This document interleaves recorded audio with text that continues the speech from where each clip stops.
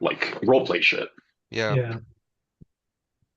I'm bummed that she never actually like ran a game for it. It's all based on D10, and the other cool element of that is like you can damage people's armor, right? Like if you're wearing That's fucking a cool. chest guard, you're wearing wrist guards, you're wearing a helmet, Yeah, every that's hit that you actually like absorb with it, that armor might get broken.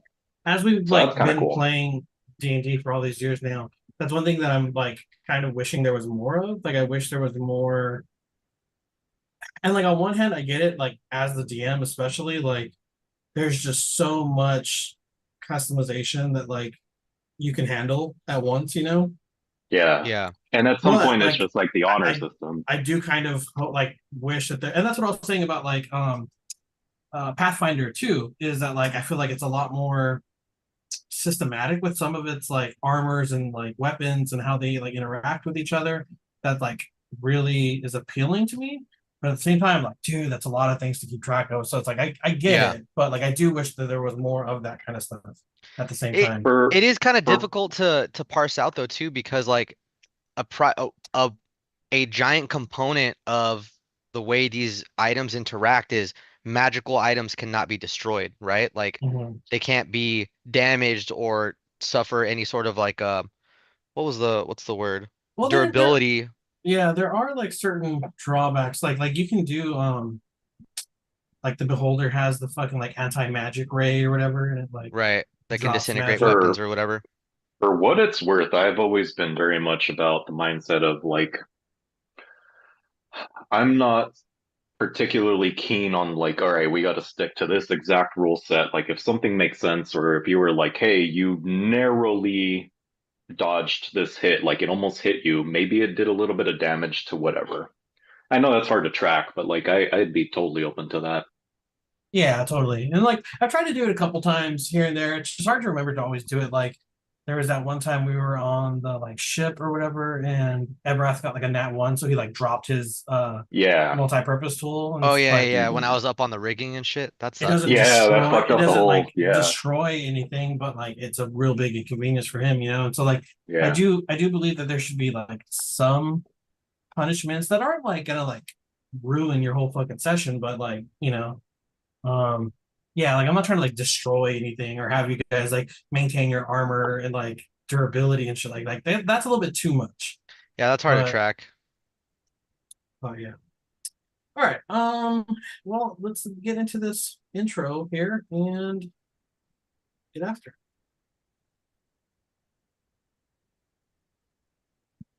I have the sync tube Everyone in open. sync too. I am. No, hold up, sorry. My bad. I was too busy blabbing over here. We noticed. Yeah, I know you did.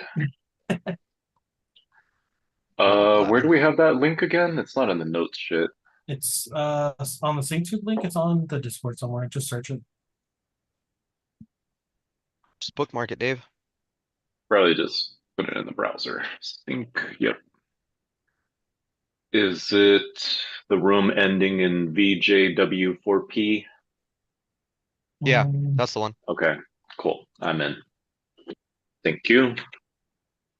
Right. No, I didn't vet this song too much like the other one, so we'll see how it goes.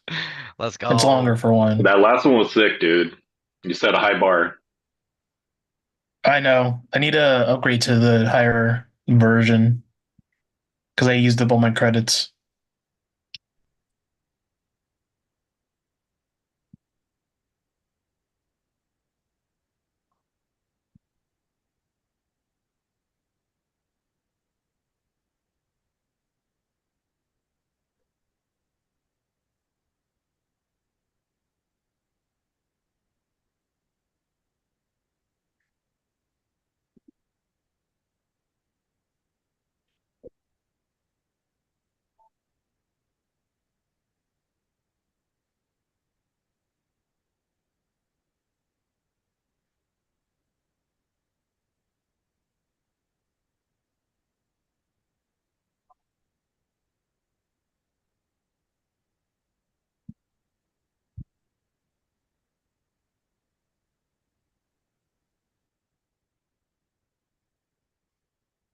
Um,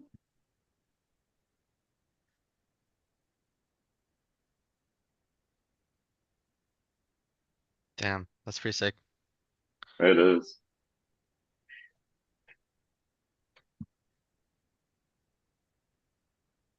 Hmm.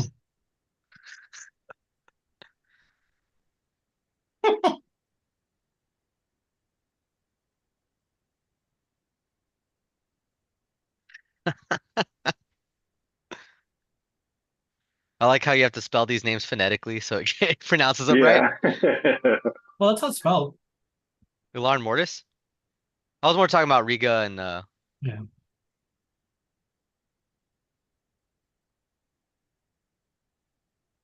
I think we spell them in the notes with Oran, right? Are we spelling it wrong? Mm-mm, I don't think so. Ularin. Ularan. Stories untold. Wait, what's the alchemist? I might be making shit up at this point. Yeah. What's her name was wait, what was Oh, this Riga? is this is legit though. We sent the message.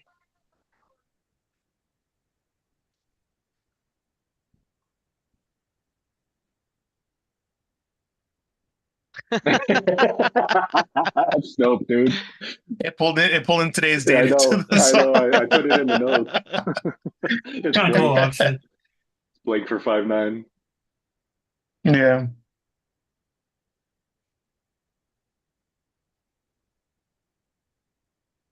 It's like the Damn, cops. that's pretty good, dude. That was What pretty was good it? too. 5-0. Yeah. It's very like All right, I'll lighthearted for stop. the Yeah. subject matter. Yeah, oh, it keeps going for another minute, but I'll stop it there.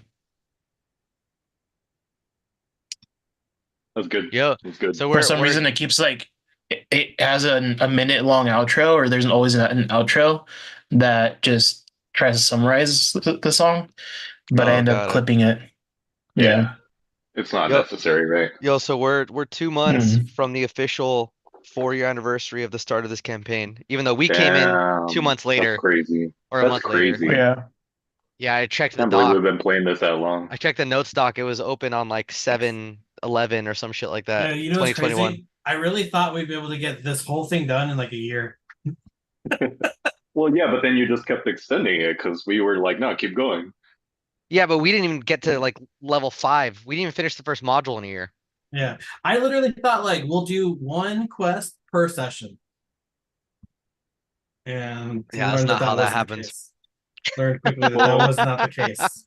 yeah, and also, I mean, it's you can't really account for all the people that came and went. Like, Well, that and like, and truthfully, like I enjoy all of the like role play and the exploration and stuff like that. Yeah. So when we're in that, like I'm having fun. So I'm not trying to just cut that off and be like, well, let's just of move along, course, you know? So it's yeah, like I didn't anticipate there being that much of it, but I'm glad that there has been. Yeah. yeah, man, that was my experience with our first thing because, like, I showed you the book. It's like 20 pages. We Yeah. played that shit for like a year. Yeah, it was like a year and a half. Yeah. I just every time we'd come to a cool thing, I was like, cool, I'm gonna improvise or like make all this homebrew shit. And before you know it, it's like, damn, we've been playing way longer than I thought. Yeah, and there's so much that like I've had to make up to like Yeah, fit in like narratively stuff, like just like people's backstory stuff, stuff that like wasn't in the book that I was just like to flesh it out a little bit more. I had yeah. to add extra like encounters and stuff that took just more time, you know. But I'm like glad that we did those things. I've been having fun. Oh In yeah. terms of I've been just having like so the much fun, guys. strict, Yeah, it's yeah, been me great. too. In terms of strictly like the content, this is only like the second like campaign book, right? Or are we on the third one? Well, it's we're on 3 of 4, Okay, book 3 of a Yeah, so four we're series doing book. pretty good time. And that's not bad for this is four the end years. of the Like, third book. Like Dude, this quest is no, the okay, end of the third book. I mean it literally took, I think my first campaign lasted like yeah, about the same, like 4.5, 5 years, and we were 1 to 20. So I mean, it's how long these things take, you know? And you got to think hmm like, even if we were planning on playing every other week or every week, we don't. Like our last session was a month ago, you know? yeah, So shit yeah. happen. I mean, if we had played every single week, I'm sure, yeah, we'd be done by now. It's just not how Well, that and, shit and happens. that kind of ties into what I was saying earlier too. Like you can't really account for all the people that came and went because like Right. if it wasn't for that, we could play every week, but like we have a minimum quorum of like 3 players, right? Yeah. And if any one of us has something going on, it's like okay, Right. that That's week it. is shot. Yeah. Yeah. We And that's don't Whereas have why, a like if you fallback. and that's why for if you so have long I was like pushing for extra people to join. So it's like we could at least have 3 people, like yeah, Yeah. but I mean I yeah. mean, it was a good idea in theory. Well, it's yeah, if we would have had people that were committed. Yeah. I am excited about Francine coming back. She has her whole character Yeah. fleshed out I'm and fucking everything, but excited, dude. yeah, today she had plans, so she wasn't able to join. But like It's all she's good. ready. Her character's ready. I know she's had some discussion with Ronnie, and like I've kind of had some discussions with her too. And I think it's going to be a good breath of fresh air to just shake things up, which is kind of why like I, did what I did with my character too, because I was just Yeah. like, dude, we we need we need to change it up a little. It's just it gets repetitive after a while. Yeah. Let's get it going. cool. Well, first of all, have you guys taken a long rest? All right, so Yeah. can we just like take a second to sort of reacclimate here? So we finished up the fight.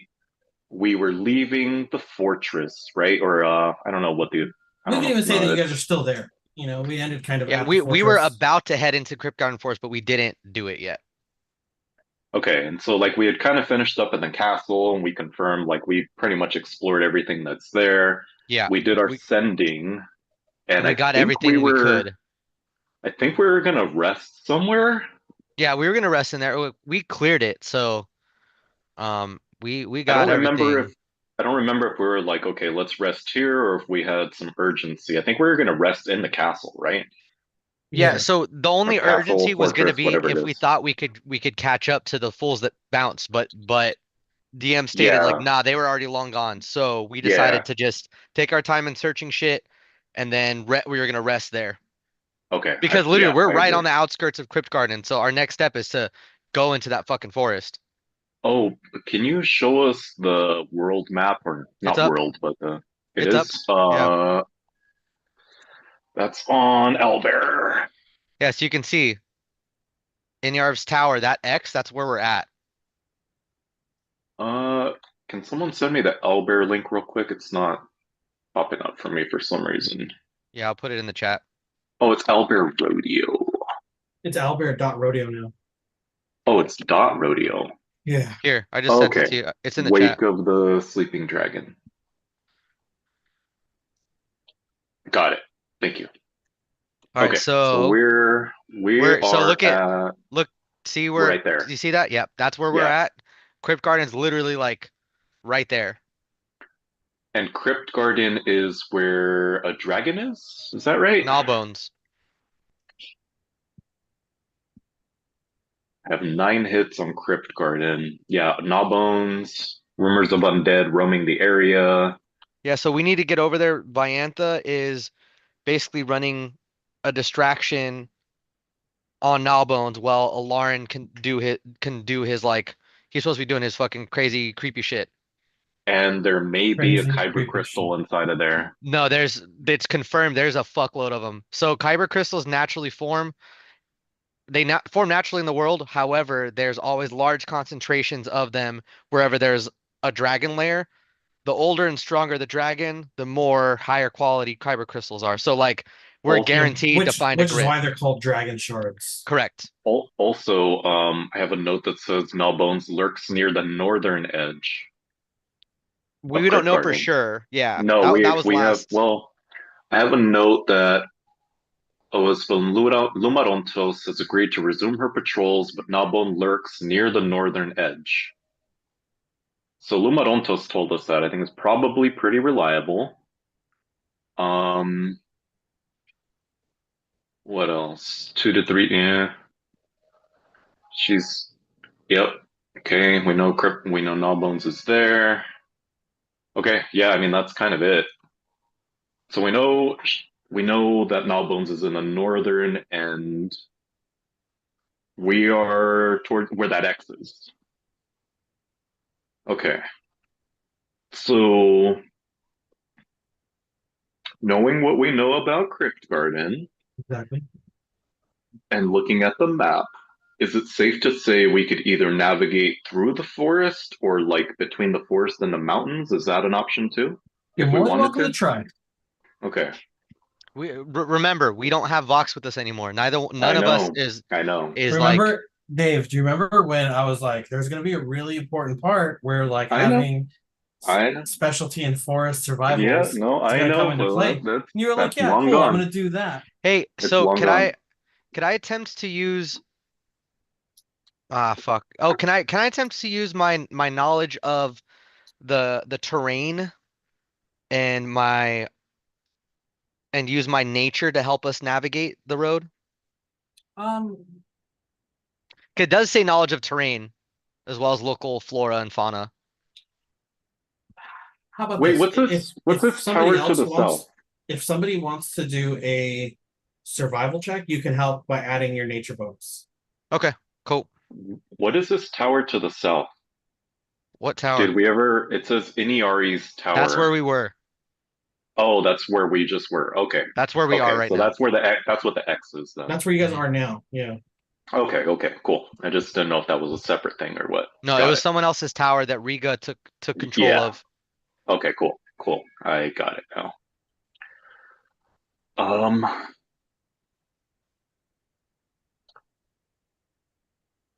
how close are we to the actual forest? Like if I got to a high point here, could I kind of look and see like is Yeah, it you're still close enough far? that you can see it off like in the distance. It's probably just a couple miles away. You're kind of like at the uh like edge of the forest.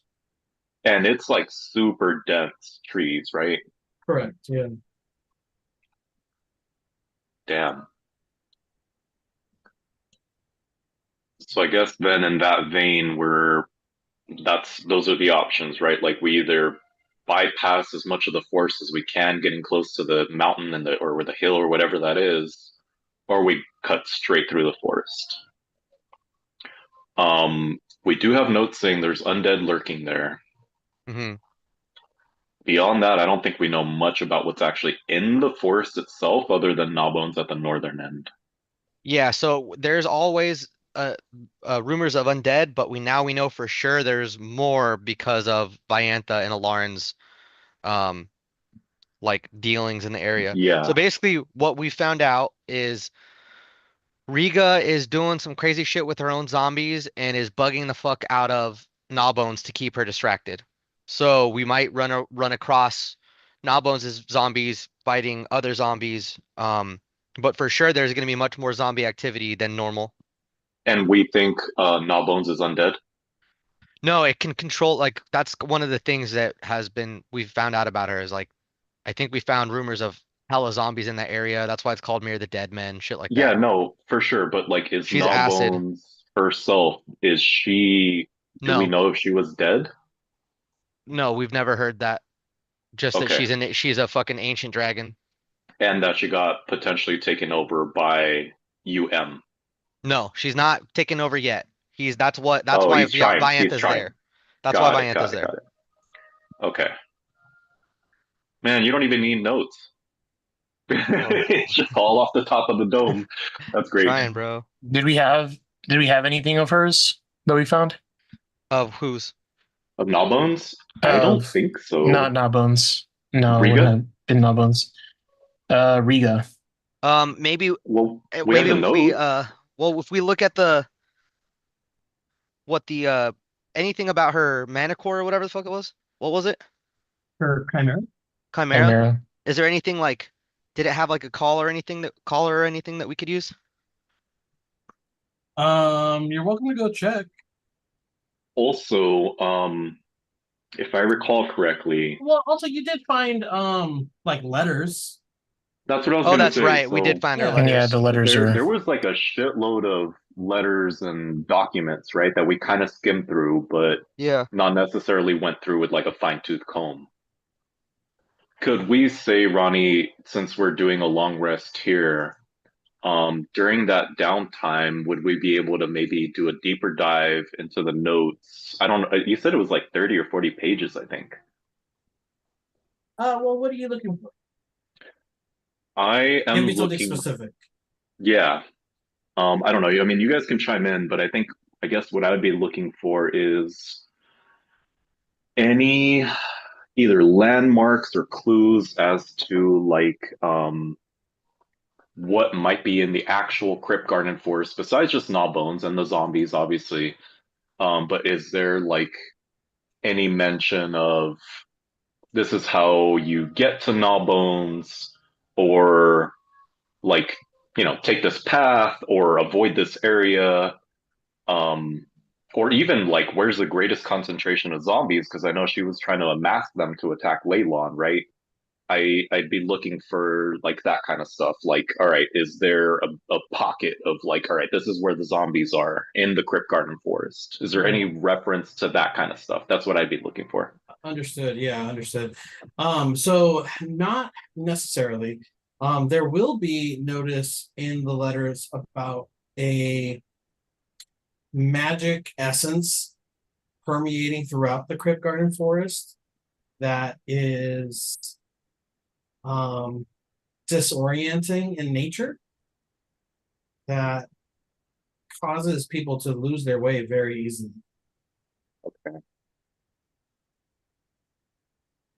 So there's maybe like a specific area or just in general? Just in general. Okay. This is So fucking Korok Forest I don't know what that is. the notes of Crypt Garden from Breath of the indicate Wild. that Yeah. it's very easy to lose your way. Is that an accurate statement? Yeah. Okay. Fuck. That said, I mean, can you There's a show the lot world to it. map one more time, please? Just so we can kind of plan. I'm almost thinking like if it's easy to lose our way, to the extent possible, we might want to just kind of make our way up north and avoid the actual forest a little bit at least. I don't know how you guys feel about that, or are we just going to wander in there and hope for the best? Um, I don't know that we necessarily have much to gain from trudging through the forest, but we might, right? Like we might find something. On the other hand, we don't know where Riga went, and she may very well be. Well, we killed a bunch of zombies. We don't know if she has another like stronghold or another like area where she's like, "Fuck it, let's go attack Leylon now."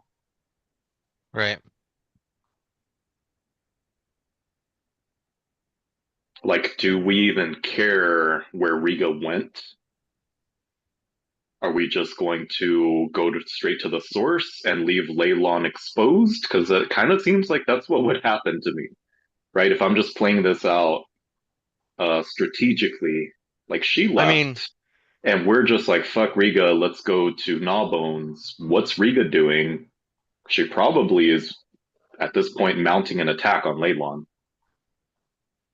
but they're gonna how? do it She's just by together. herself. Yeah, isn't there something in the DM? Isn't there something in the missives that she's supposed to be waiting for Viantha, or like they're supposed to be waiting until the stuff is done with Gnawbones? Um, I seem to remember something about that. So yeah, let me just Ronnie, if well, you either think about that or whatever. Let me just kind of let me read a little bit of the notes, right? So it sure. says Viantha wrote a letter to Riga, and it's saying, continue amassing zombies for the invasion of Leylon. He will need a massive horde for the attack on the city. She has been paid. She will continue to distract Gnawbones to allow Riga to continue her work. She's in the Crypt Garden Forest summoning zombies to agitate Gnawbones. I don't. Is Hmm. that Riga? No, Viantha. That's Viantha. Okay, let me change that. There's too many pronouns in here. Viantha is in the Crypt Garden Forest summoning zombies to agitate Gnawbones. Hmm. She's using magic to conceal herself, so she probably wouldn't be discovered. Ularin will wrap up his business with the dragon, then come for his army of undead to attack Leylon. Right. See, so they're waiting for him to wrap up before the attack on Leylon. But what if he's wrapping up? Why? Well, why would we assume that? Why wouldn't we just go to see what's going on with the dragon? Only because we We, don't know where but Riga's off to. right, but that doesn't mean that he's done. She's left because we scared her. We stormed her fortress. That's why she left. Otherwise, she would have still been there working. So that shouldn't lead us to assume that he's done with the dragon. I agree, but I do feel like if we go to Gnawbones, there's a very strong chance Riga's going to attack Leylon. I highly disagree. I mean, it's Okay. pretty plain. It's pretty plain in there that she's supposed to be waiting for orders. She's not supposed to be acting independently. Her orders are to amass an army, not use it on Leylon. So, Gladwin, let me ask you this. What would you suggest as an alternative as a means to dealing with Riga? I'm not saying this is the right move. I'm But just what is saying, your thought? Is my point. Even if it's not the right move or what we're going to do, let's get your thoughts about it. yeah, Out about it. like I don't think this is a good idea. Just one of the things in the back of my head is like we figure out where Riga went. Also, do this in character. Okay. All right, so we're doing our long rest. We are chilling somewhere in the fortress. We have some downtime. Um, I'll say even like the part of the note check was part of it, right? Like we're resting. And I'll Ebrath even has a say note. that this fortress is equipped enough for a small company of mercenaries. They would have food storage or storage here. They obviously had some like campfires with some stew going when you guys got here. So you guys, are more than able to kind of get a long rest in, get some food in you, kind of restock and take inventory of yourselves and just kind of you're not necessarily roughing it. You're kind of okay. So you Okay. have time to be comfortable and to kind of figure these things out. Okay. All right. So in character, right? I will say, just for the sake of discussion, there was probably an exchange between Ebrath and Gladwin where we're like, okay, let's go over the notes again. And Ebrath being in possession of the notes, I'd imagine you were like, well, I found this thing where, Crypt Garden, we might lose our way, and it's a very disorienting kind of deal. And I'll reiterate some of what I just said, but I'll do it in character just for the sake of starting the RP here. Uh, That's all I want. I just want to get into yeah, character. I know. I'm trying to get there. I have to work myself up to it and like get myself in the mindset. Um, well, Ebrath, I'm worried about Leylon, quite frankly. I think it's a little too far for us to head back. It's a 2-day journey, but perhaps we ask Leylon to send out a small group, a small army to try to find Riga before she hits them, and maybe that'll give us a little time before they actually get attacked. I don't know. It's not a great idea, but I'm worried about Leylon. I And mean, real quick, before we continue the conversation, set the setting for me. Are you guys like sitting around a campfire? Are you guys kind of Is exploring this the is this dilapidated not? labs? What are you guys doing? Is it um, like nighttime now? Sure. yeah, I mean, I'd say maybe I'm looking at the labs and shit and trying to see if there's anything worth me looking into or taking or, I mean, I would just feel like Ebrath is feeling like they're like not in the home stretch, but like they're really close to where they need to be. Um, so he's just kind of looking for final little like pieces of notes that can Making sure he doesn't miss something that might have been right important. that's integral, right? And then Yeah. also Yeah. always on the lookout for, bits of interesting information. And how about Tibble? What would Tibble be doing in this downtime? Tybalt's going to step away from the group for a minute and Be right back. I'm away listening. from any kind of light altogether, just so that the stars shine a little bit brighter. He's gonna um, I would say you would easily be able to like go up to the second floor of the keep, up to where the battlements are, to kind of get away from the light of the campfires and kind of immerse yourself in the night. He's gonna take a deep breath and say, "Tea leaves did nothing. Maybe this will give me something." And he's going to ritually cast Commune, and he's going to call out to Savras and say, "Allow me to see the answers in the stars." Hey. Remind me what commune does. You contact. I can ask 3 questions. Okay. And get a response. Sure. You hear. And they're usually just short, like yes, no, or maybe. Yeah. As you do so, you feel a strong gust of wind that kind of swirls around you in a way that wind doesn't typically move. It's very much centered around you and encompasses you, almost like a dust devil, but without the dust. For just a small moment, and that's kind of your indication that the channel is open. You're being acknowledged.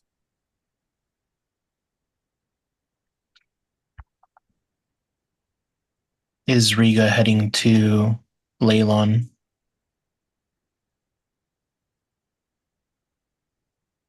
Um, you're watching the stars. Okay. I would say that there's no answer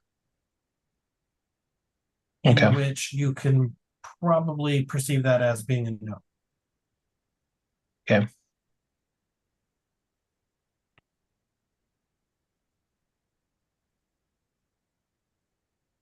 And then are we just sorry, go ahead. And do we have enough time to reach Gnawbones before she gets attacked and mortally hurt? You see a shooting star streak across the sky. Sick.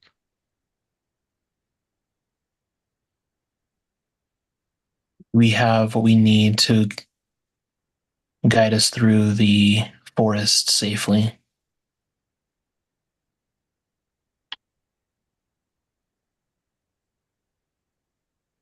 Um,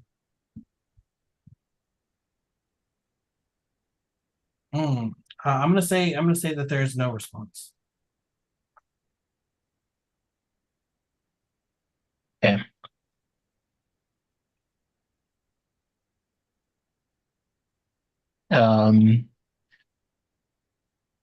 Tybalt will stay up there for a little while longer. He can hear Ebrath and Gladwin sort of arguing to each other, so he's going to wait until they've come to some kind of conclusion or at least agreement, and then he'll head back down. But in the meantime, he's going to let the stars sort of mesmerize him and take him away for a minute.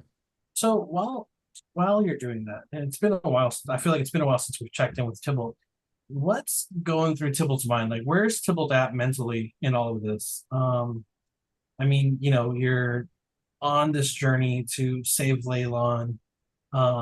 You've lost some friends, you've made some new friends. The composition of your party's changed drastically, over the last couple months. Where's Tybalt at mentally? You've had some big moments with the dragon. I just kind of want to get a check in with Tybalt. Yeah, he's he's a soldier primarily, so he's focused on getting to Gnawbones and saving Leylon.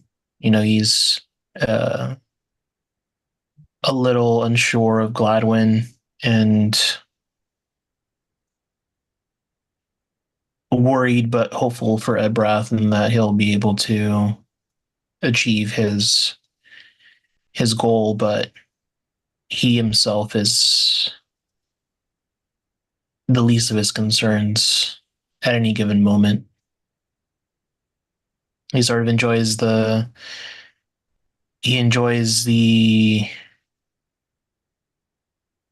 times of peace that he gets, and can sort of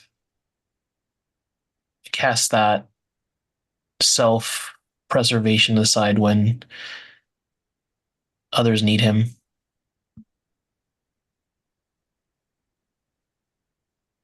How about you? Ebrath, where's Ebrath at mentally?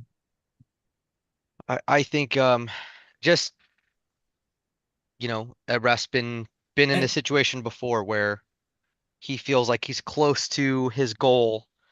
Um, and last time this happened, he he let himself fall into what he thought was his true self, cold, uncaring, entirely pragmatic. very When it mechanical. yeah, when it came to his goals, something that he's realized about himself in the time in the year that has taken place is that wasn't maybe that was him then, but the Ebrath now that is on this journey um knows what it's like to care for people and to want to protect even those he doesn't know personally, right? Like he does feel a sense of responsibility to Leylon. So though he does take Gladwin's fears into account, logically he doesn't think that they're warranted, right? But so as he's internally kind of reaching this fever pitch because he knows or he feels that they are on the cusp of not only what he feels as is his mission, but also to the greater mission, which is not only saving Leylon, but ultimately keeping Elrond Mortis from gaining any more power. And were he to gain the power of an ancient dragon, not just Leylon and not just the Sword Coast, but the world could be in danger. It's also as he one of the reasons why he's pushing so hard to complete his internal quest is he feels that is the best way that he can ensure that Nabons is stopped. He's now come to believe especially over these last months with the exodus of Vox, that now more than ever they're in need of Blast. So he's trying not to let himself fall into that old Ebrath, but he is definitely like he's feverishly combing through any sort of documents or any sort of tidbit and arguing with Gladwin over his shoulder, trying to keep himself in a manner composed as possible, but also trying not to be mechanical. He's trying to be himself. He just feels like the pressure and the need to move as quick as possible in a way that is aligned with their overall goals. So, um, yeah. Sorry, go ahead. That's No, it. but okay. No, no, that's it. I do want to ask you one more, or Sure. give you one more prompt. As you come to what you feel is the finish line, Hmm. in your journey, um, obviously, like I was telling Edgar, your party composition has changed. Hmm. You have Gladwin now. Um, we've also noticed that Tybalt has sequestered himself away from the party. And Right. you notice this kind of happens regularly. Hmm. With the feeling of being close to the end, Hmm. where is Abrath emotionally in regards to that. There, I would say there's like a feeling of there is a feeling of regret from Ebrath in his relationship with Tybalt, in that they never really fully mended that fence that was put up. Um, Originally, when Ebrath showed up, it was Gon that was warm to him, not Tybalt, right? Tybalt was always a little bit aloof, and as they were trying, beginning to come closer, that last incident that resulted in, um, you know, Ascendus being defeated, and that kind of definitely put a stain on their burgeoning relationship. And well, he feels that they have done quite a bit to mend it from that point. They never truly became close friends. There's a trust and a bond between the two of them. Um, I think Ebrath feels that he wishes that he could have done more with the downtime they had, that he could have, they could have gotten closer, but you know, they both felt some sort of internal deadline and were both working actively towards that. And they did spend some time together, but it was few and far between, and it didn't amount to a deep friendship that he had with Vox, right? And he does he yeah, I would say he deeply regrets it, though he knows that he knows he didn't give it the try he could have, but I think he deep down believes that Tybalt knows that what he's doing is for the best. Do you feel like, or does that breath feel like trying so hard to bring Blast back is a way of mending things, or like I To think like like obviously overshadow like things. obviously like you feel like bringing Blast back is the best course of action for the larger scheme at hand, but yes. do you think it's also there's a sort of motivation that you understand what Blast meant to Tybalt, and so by bringing that back for Tybalt, it's doing him a service? Yeah, so I think that is his primary now that's his primary reason, right? So before it was strictly because that was what was instilled in him. It was to bring Blast back at all costs. Now that has kind of shifted.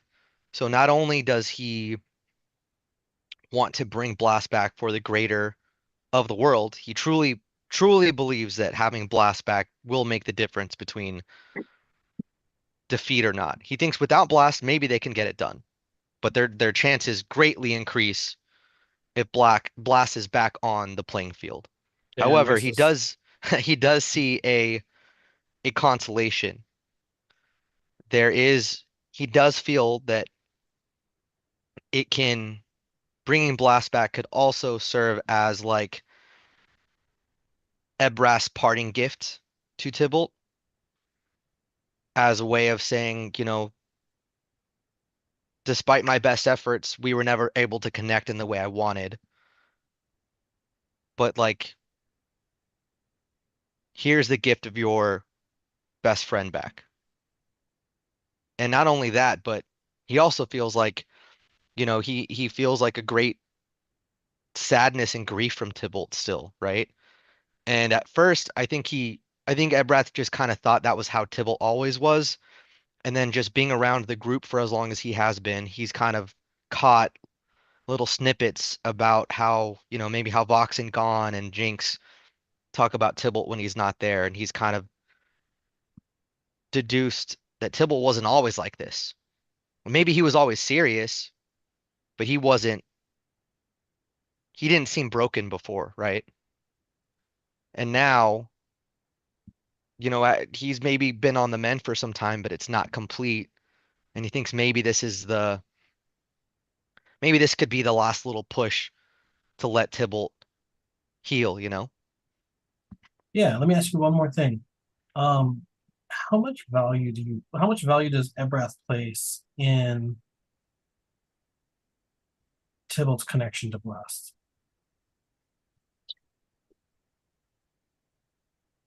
A lot, I would say. A lot. I'm probably more than Dave, don't go too far. You're next.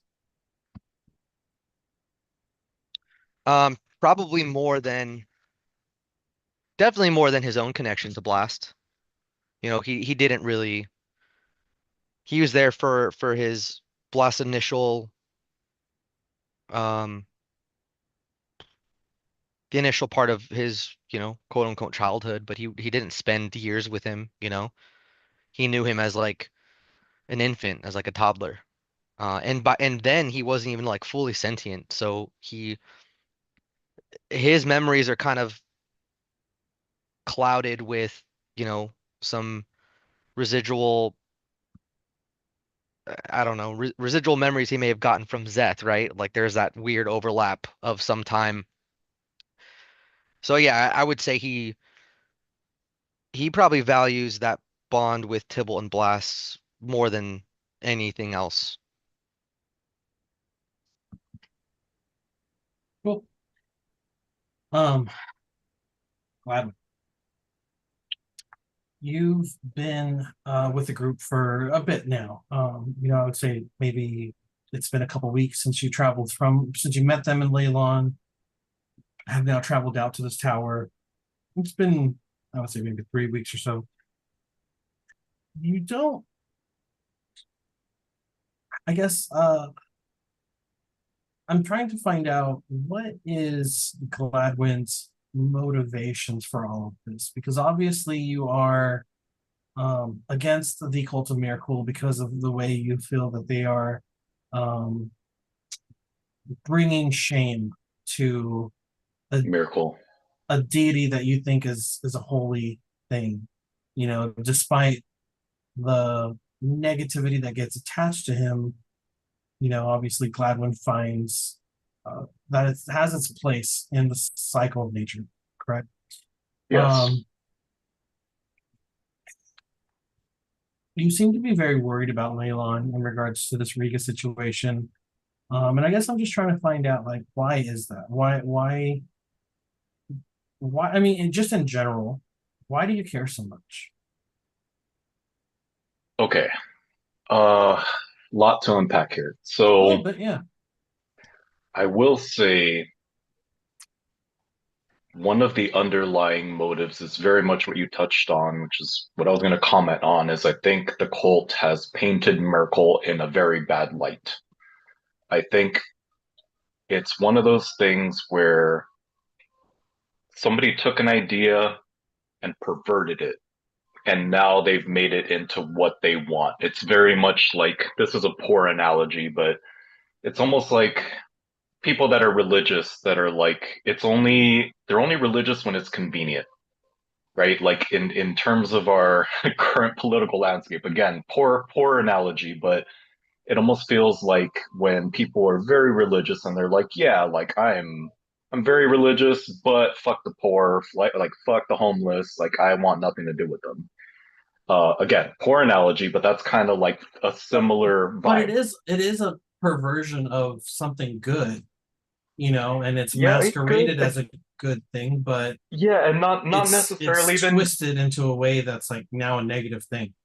Yeah, and like, not even necessarily a good thing. Like I wouldn't say that Merkel is at the core good or bad. It's like a neutral thing where it's just kind of part of the life cycle, right? Like there's life, death, and like everything kind of in between.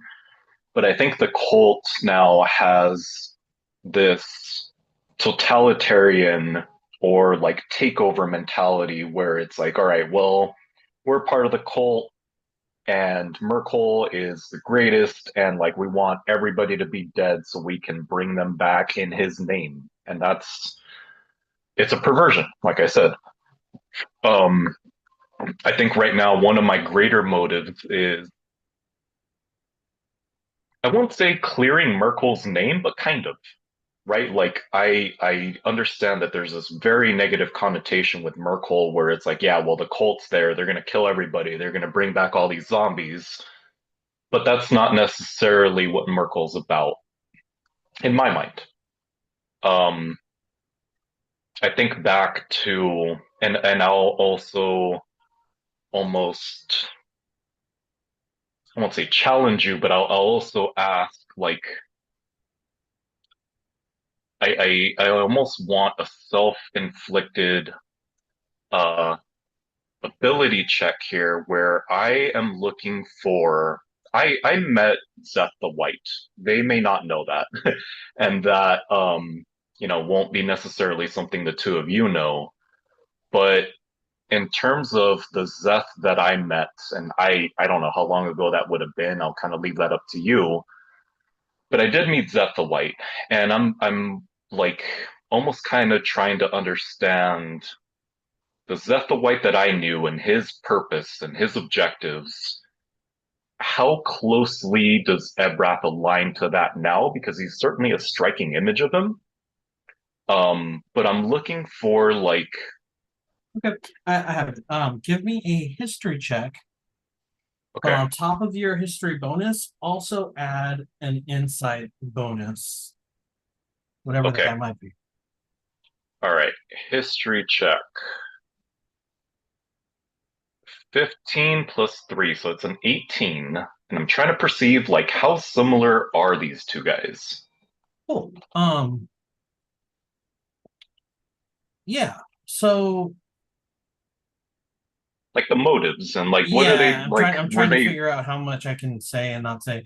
yeah, Um, like are they going for the same thing? so what you Um understood of Zeth the White in the time that you knew him, he was very much aligned with the ideology that magic can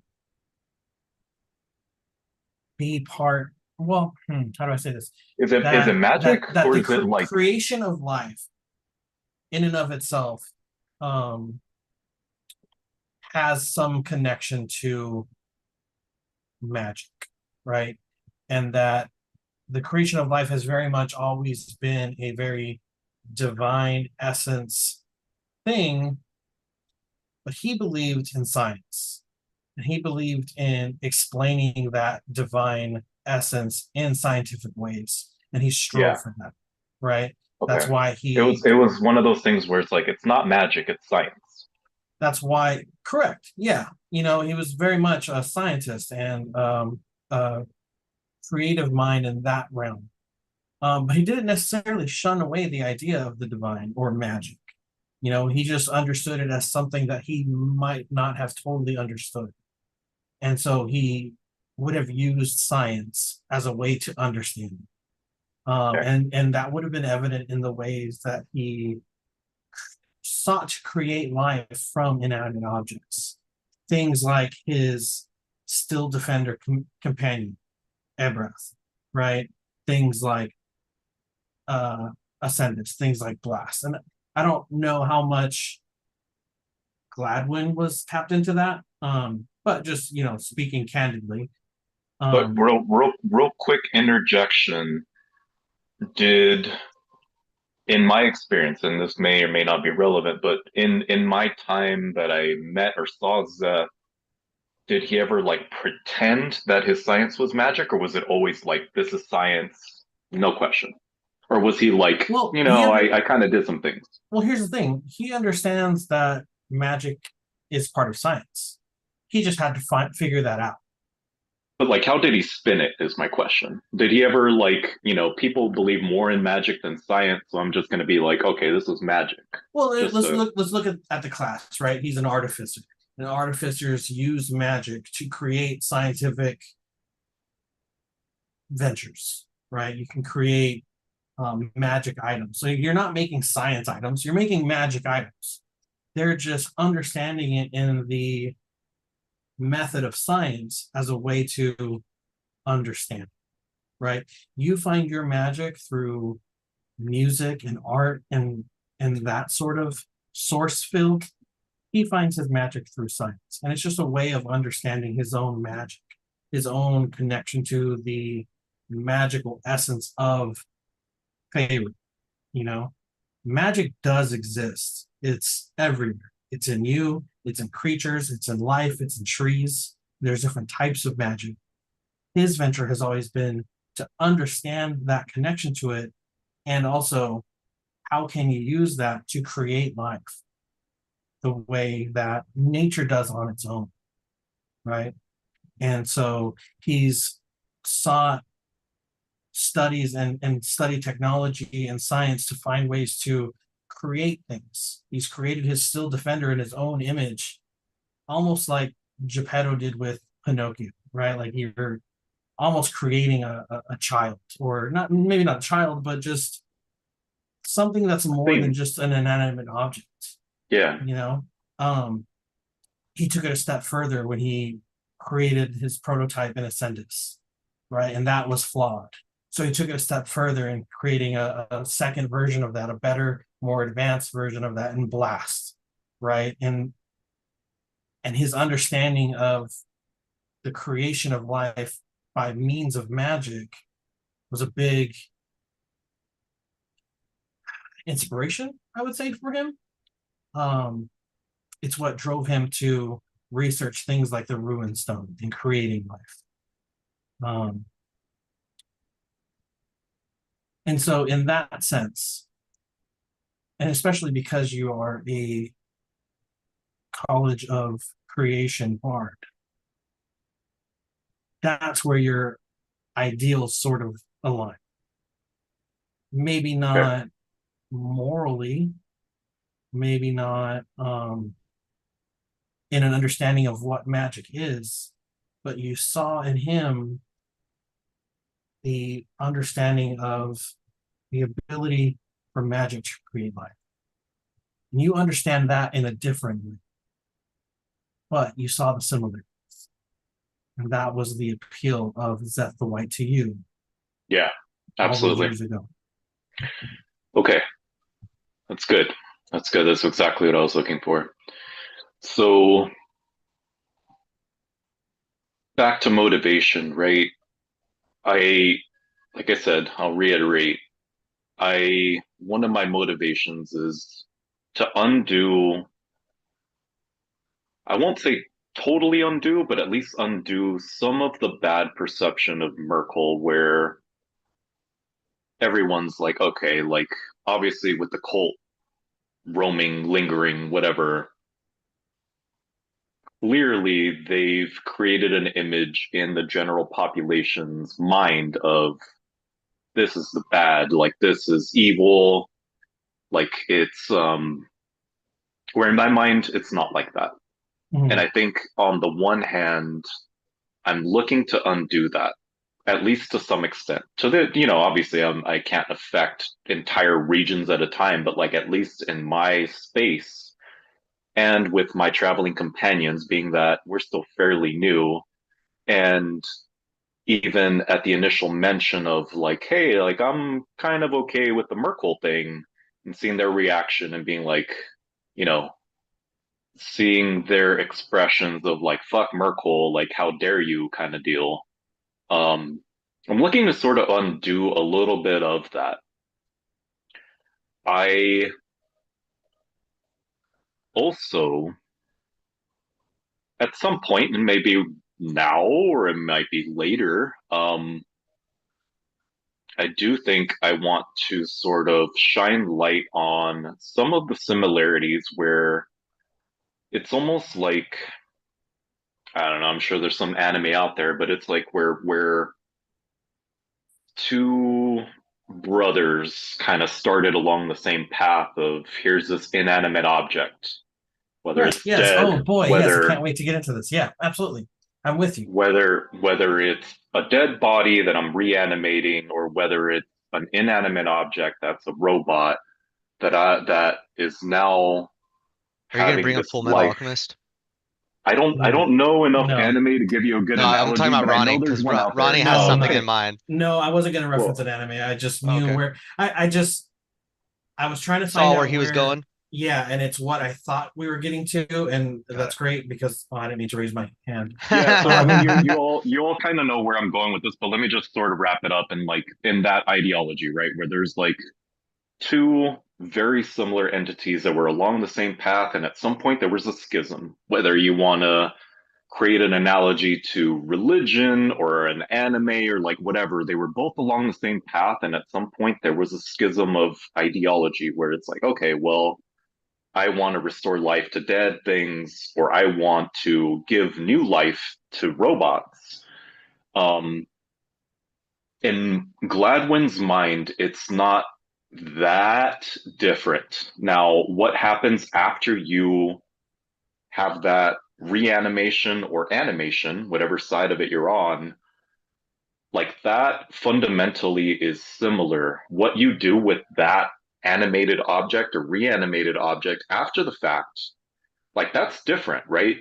And in my mind, there was never any uh, underlying directive or like, you know, any big command from Merkel to be like, you're going to use the undead for bad. You're going to kill people. You're going to you're going to expand the army. It was never, that's not my understanding of Merkel. My understanding of Merkel was like, okay, well, you can reanimate the dead, but what you do with them after that, that's kind of on you.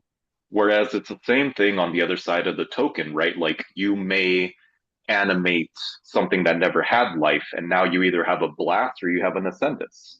Like you can either do good with it or you can do total bad and destroy things and like, sort of go down that route.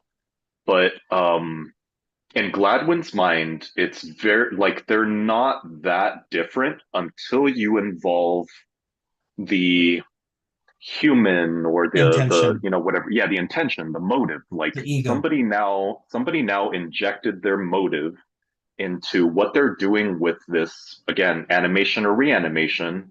creation of um life. Create, yeah.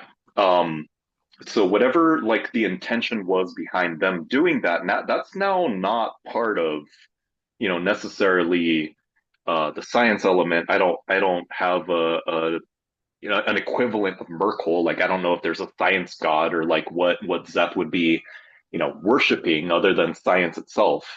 um but I think science inherently and Merkel inherently don't have a directive of like, this is what you're going to do with this knowledge or this power. They're using um different sides of the same coin. Kind To of, yeah. And like once that life is injected into what either had it once or never had it to begin with, like those are both kind of similar to me. let me ask you um something. In your time traveling the world and um, exploring the divine nature of the creation of things, creation of life or inanimate objects, reanimated objects. Um,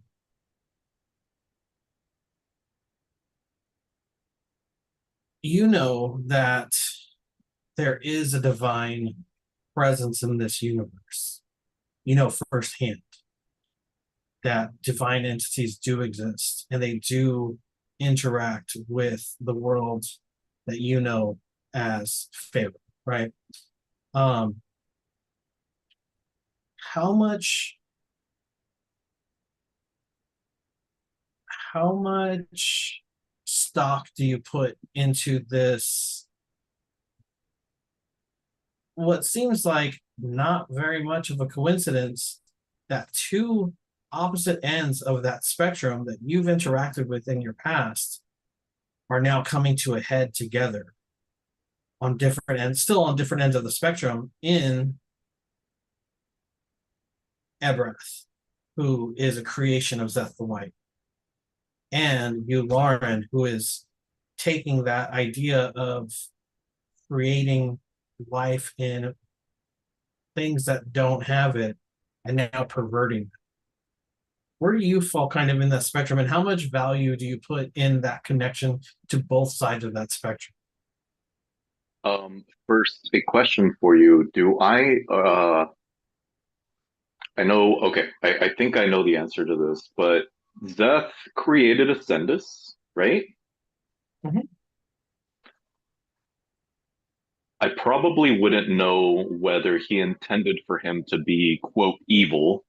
I, hold on, let's clarify a few things here though, because I don't know. Ascendus wasn't supposed to be evil. He didn't create him to be evil.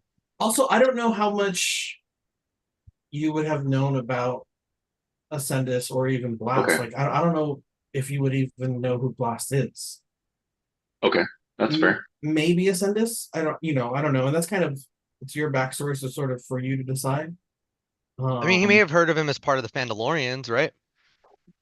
I would imagine at least I know we haven't been traveling that long that's a together, good but point, Andre. Honestly, that is a good point.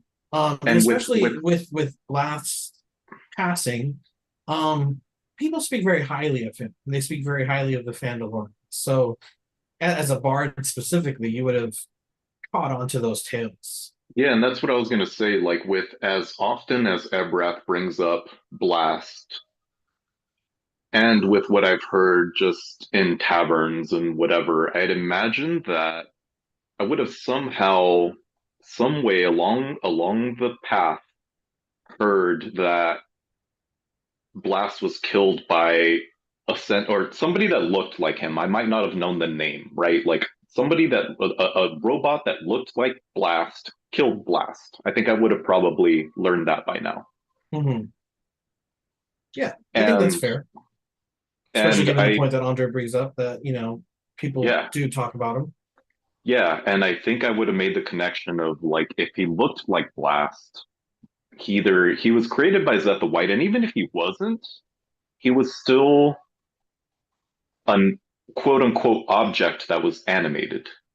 And there's a very high likelihood that Zeth had something to do with it along the way. I wouldn't know that he created him to be evil per se, I think but that's I a fair think point. I would have known that he branched off of Zeth's creation in some way, shape, or form. And it would really depend on how, like, were you close friends with Zeth? When was the last time you spoke to No, no, him? no. Because it's not like Yeah. Ascendus was alive 100 years ago. You This know is what a I'm saying? conversation we should be having in character, by the way, but we'll get to that eventually. Well, that's on you, buddy. Now I know. Well, I was really just trying to figure out kind of Yeah, where but your yeah. So motivations I were. mean, we can sort of wrap this up and then jump back into character. But like, in terms of just the motivation, circling back all the way around, I think Gladwin's main thing is like part of it is dismantling the negative image that the cult has created, and also trying to potentially open up people's minds to like cult to Merkel isn't the only thing that could have been perverted, right? Like animating robots or I forget the proper term. What's the term? Warforged. Warforged. Warforged. So like between reanimating the dead and granting life to a warforged, like things can go wrong. And ultimately, whoever was in charge of that reanimation or animation had some influence on it, but things could totally go wrong. Not that I don't think I've ever seen an undead be like friendly per se. Um, but I do think that there's a potential for things to go wrong, Well, how about right? Like I this? think Let me ask you something. Would you think it's fair to say that you are seeing the way that the creative elements, the life creating elements of magic is being used for evil? And is that something that you're against? Because obviously, like you said, Seth created Ascendus, and maybe he didn't intend for it to be evil, but it became something evil, went wrong. right? Yeah. Yvonne Mortis is You got creating Protomand. reanimating dead and using it for evil. Are you more against the perversion of that creation of life magic, or I would say I am just a slight amount, just the tiniest bit, like more inclined towards Warforged animation is probably more inherently good. But Mhm. I also think to people that I again throughout my experience in taverns and things, I've probably heard of people being resurrected, and I have heard at least on a couple of occasions where somebody was resurrected and they weren't who they once were, right? Like maybe somebody that was a noble person or a hero, they died. Now somebody resurrected them and now maybe they weren't what they once were. Okay, cool. I will Let me ask you one more question. How interested would Gladwin be in resurrection in and of itself?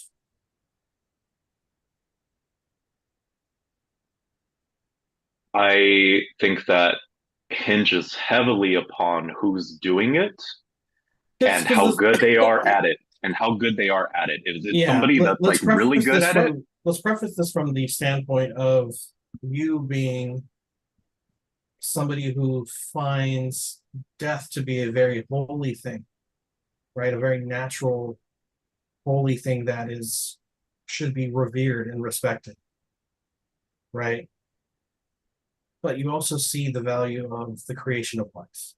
mhm. Where does that fall in your morality spectrum? Yeah, I don't love reanimation, especially because again, I'm going to just uh take some creative license here and say that I've seen where people have been reanimated and things did not go accordingly. Okay, cool. All right. Yeah, I'll just say that like I I I revert back to my previous statement. I think it depends. If you're asking how I feel strongly about is this somebody that knows what they're doing and can control this thing once they reanimate it and it's going to be successful versus are they half-assing it and once this thing's back to life, it's unpredictable. How much is how much does intention how much value Not does that. intention have? If it's a novice, not that much. But what if they intend to do good by doing something? If it's a novice, doesn't mean much. Okay. If it's somebody that's like a high level spellcaster and what I consider a high level spellcaster, right? And they know what they're doing. They've done this 50 times, 100 times. I think the intention matters a lot because I think they'll be able to control that a lot more. What about like a Whereas level 10 light cleric? I think there's a lot of potential to go wrong. And if it was a close ally, I probably would just let it go. If it was somebody that I wasn't sure of their intentions, I probably would have an issue with it. Cool. I'll leave it at that. Hey Edgar, I've been meaning to ask you. Sorry, this is separate section, separate topic completely. What headphones? Not related at all. Not related at all. Not related at all. I just looked up and saw them again, so I meant to ask you earlier. What headphones are those? Oh yeah, they clip on your ears. I was looking at them too. They're kind of cool. Yeah, they're called like Soundcore or something or other. Can't see 'em. Oh, okay. So they just like Soundcore. inject down into the bones of your ear? No, Are they're just are they like bone they have induction? they're little speakers. Oh, Oh, okay. sick. Yeah, they just shoot Cool. the sound into your. Oh, nice. Are they Is that supposed comfortable? to be Yeah. like better for your ear health because it's not like in there? Well, There's probably. there's that, but it's getting warmer now, so wearing Oh, headsets sweat. like my ears get sweaty. Yeah, dude. Yeah. Same. All right, So cool. All right, that was a between very those and using long-winded the answer. Very long-winded answer, Yeah. Ronnie, but I hope I addressed your questions. No, it was good. It was good. I wanted to check in with Gladwin and check in with Yeah, everybody. we're It's been a only bit. we're So, only like an hour and a half in, with just all RP here. well, it started because you went to the bathroom. So I was like, let me ask Edgar a couple questions. speaking of resurrection, Tybalt is frustrated that the last few times he's tried to resurrect someone, it hasn't worked. So That's kind of why I was bringing And it up. see, yeah, and Um, see, like something like that where I'm not privy to that, right? But like if I were to see where somebody's not fully confident in resurrection, if I were to see him try to do it, I'd probably warn him like, hey man, it might not resolve the way you think it will. And that's just my general philosophy on animation or reanimation. Like even if Ebrath today were to be like, oh, I found this Warforged, let me try to reanimate him. Um, Ruin stones or no ruin stones, like, and I don't know how much of Zeth the White's knowledge he would be imbued with. That's kind of an unknown, right? Like I don't really know anything about that, but like I know Zeth the White was experienced in like animating Warforged. I don't know if that knowledge trickled down to to Ebrath. And like if I saw Ebrath just trying to be like, oh, here's this Warforged, I'm gonna like inject life into it, I probably would have some concerns Yeah, I think that's fair. without talking to him. Like, and I don't know how much of that we're gonna delve into, being that we've been sitting here for an hour and something. But like, I would imagine at least during some of our downtime, at least we've surface level skimmed some of this. I guess I'll say that. Well, how about this? You guys are rummaging through the ruined labs here.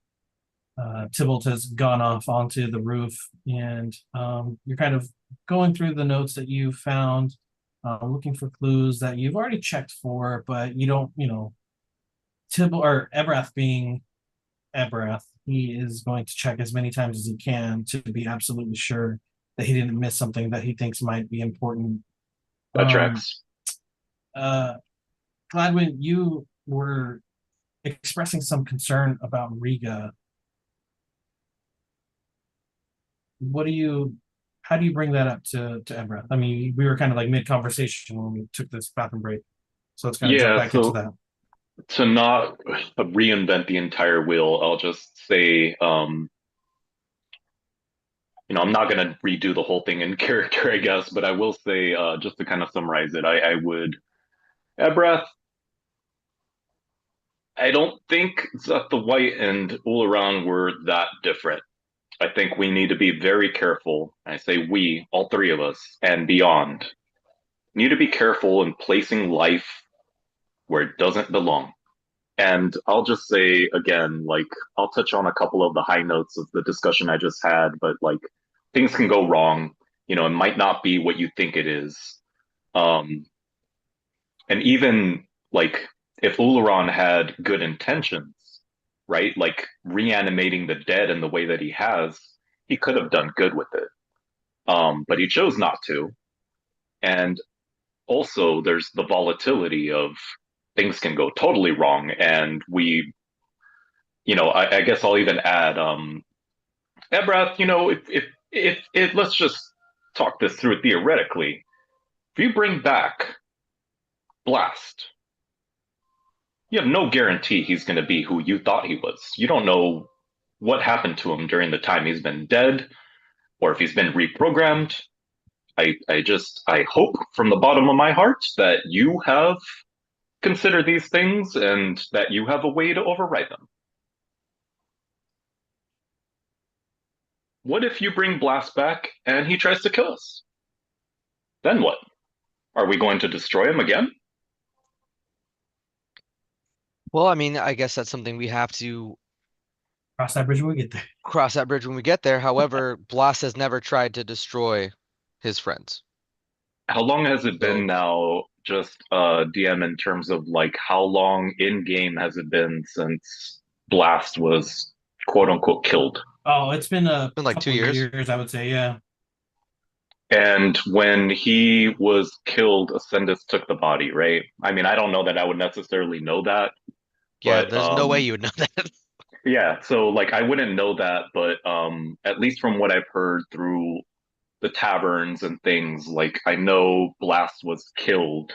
I know that they don't have his body. I mean, I haven't seen any mention or heard any mention, I should say, of like we've recovered the body or we've recovered, any part of him.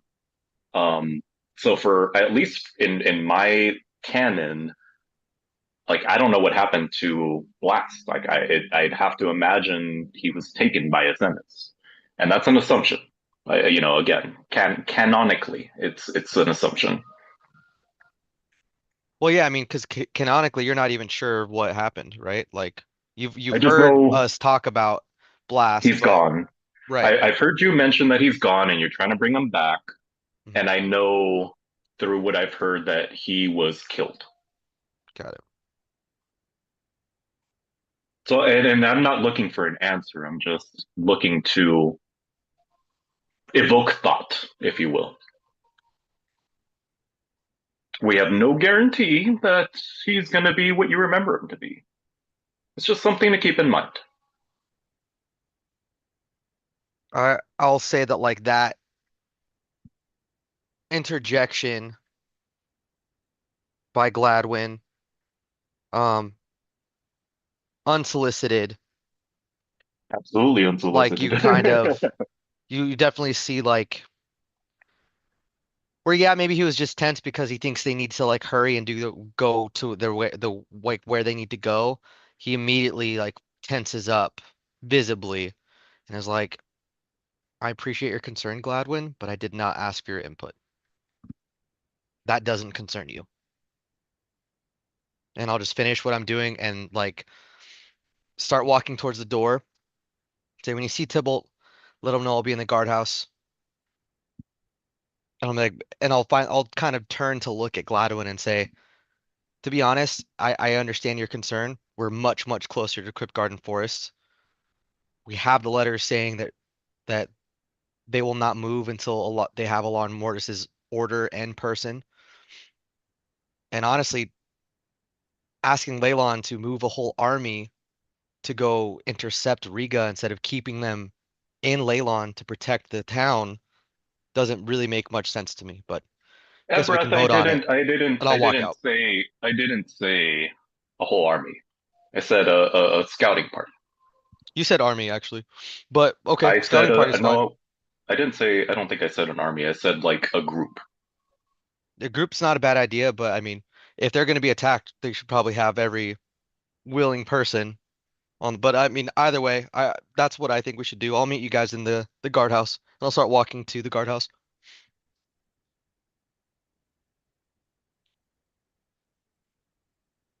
Tybalt, you see that Ebrath is kind of done with his perusing of the labs. What are you doing? I'll make my way back down and see Gladwin and say Riga isn't going to Leylon anytime soon. We have time to get to Gnawbones, but we don't have the tools to traverse through the forest. For whatever that's worth. For now, we should get some rest.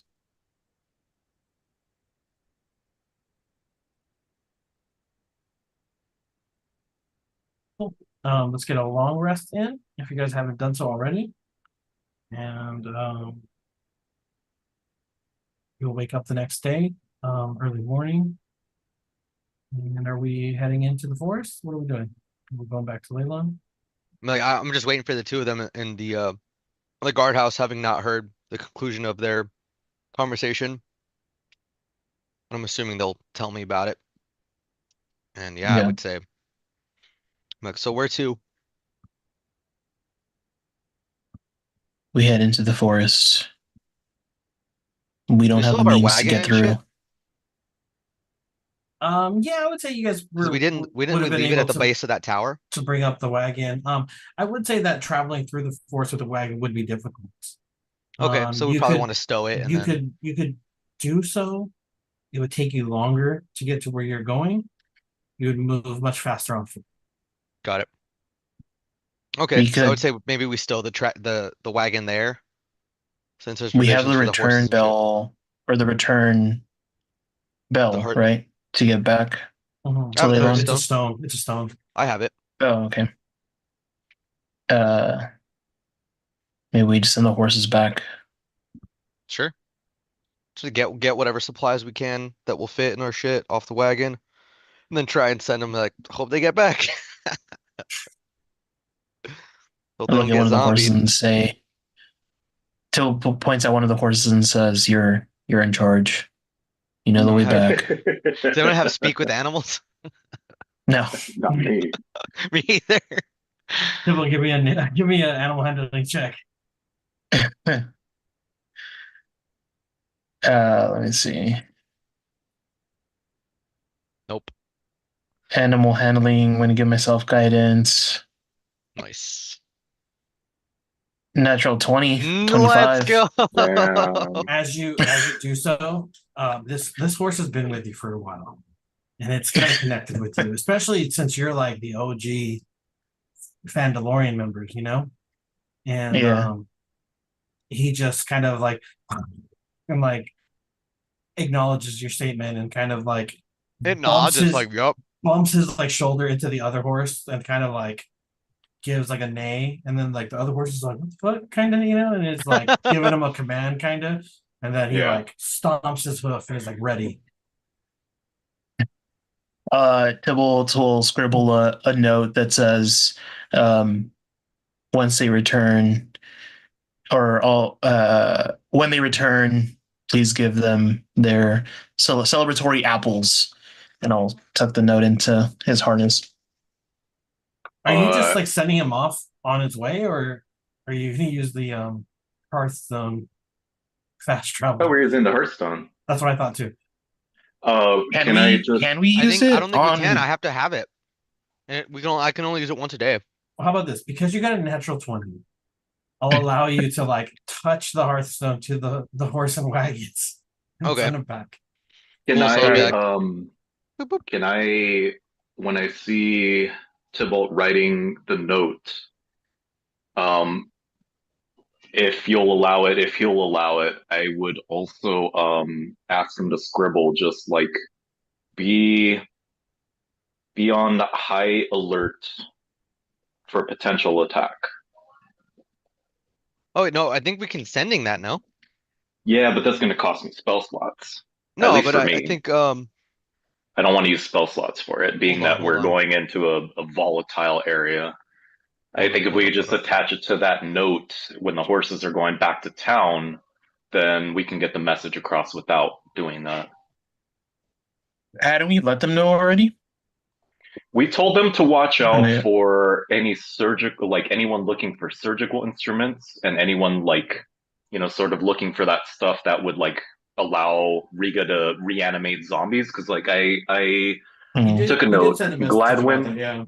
Gladwin says to Aeolion, tell the leader we're at the mirror. The enemy might be disguised. Oh yeah, be on high alert. Okay, I mean that's good enough, I guess. Mhm. Yeah, be on high alert, right? Yeah. Okay. Mm-mm-mm. Okay. Well, in that vein, I would maybe again, if you'll allow it, I would just say, like, if you have any indication you're being attacked, let us know immediately. And I think Aeolion can probably communicate that with us. I mean, worst case scenario, it's right after arrest. I can swap it out and just replace sending with one of my cantrips. It's not a big deal. If we really want Yeah. to be sure. Yeah. I would say that that's enough of a message. The previous one.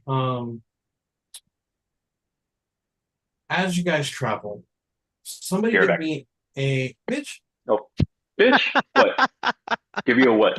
Trying to check on Somebody my dog, dude. somebody give me a survival check, and then add Oh, Ebrath's nature bonus to it. yeah, My yeah, yeah, yeah. survival's not great. Is I it a said negative? I said somebody. No. Okay, well I then. can roll it with. Okay, Okay. you roll it I'll give myself guidance. and add a +5. Uh, 18 plus 5, 23 plus 5, 28 plus 1, 29. What the fuck? Yeah, you're able to kind of maneuver I through rolled an the. 18. Yeah, absolutely. Fuck yeah. You're able to navigate through the forest and maintain your bearings. As you are kind of making your way through, there are times where Ebrath and Gladwin kind of try to argue with you a little bit about which direction that you should be going in, but you have the clarity of mind to resolve your way through. And you lead your party deep into the Crypt Garden Forest. after a day's travel, there are no signs of the undead or Riga or Viantha for that matter. Do you travel further in? Yeah, keep going if there's no setbacks. Yeah, let's keep going. Another survival. Mm-hmm. And don't burn All your right, guidance. I don't know how many guidance charges you have, but it's a It's a cantrip. cantrip. okay, cool. I just wanted to make sure you weren't wasting this slot. Yeah. Oh, that's 4 plus 5, 9 plus 1, 10. 10. What's Ebrath's nature? I get the nature's 5, so Yeah, plus plus 5, five. 15. Okay. Yeah, you kind of stumble along, and there are a couple times where you doubt yourself, but and you do in fact lose your way. However, in moments of uh calming your mind and kind of getting in tune with your instinct, you are able to successfully make a decision and move your party along. Um, as you do so, you come across a bit of the swampy forest. Um, and as you're looking for a place to settle down for the evening, you start to hear the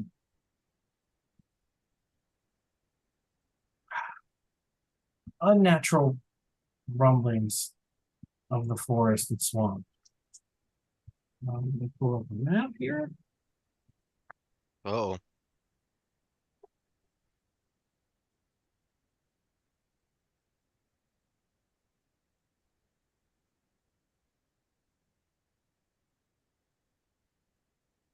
Um, because of the density of the forest and it being late at night, visibility is again pretty askew. Tybalt, you would need a light source to be able to see. Okay. Uh, I'm I gonna have the I have the light you cantrip if you need it. I do too. I'll just use it. Okay. With the light cantrip, you're able to see 60 feet out. You come across a path of bridges and walkways that kind of traverse through this swampy area. How are you guys moving forward?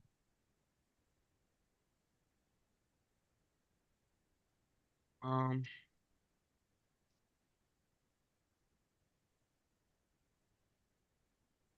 So we see the bridges connecting the islands. Yeah.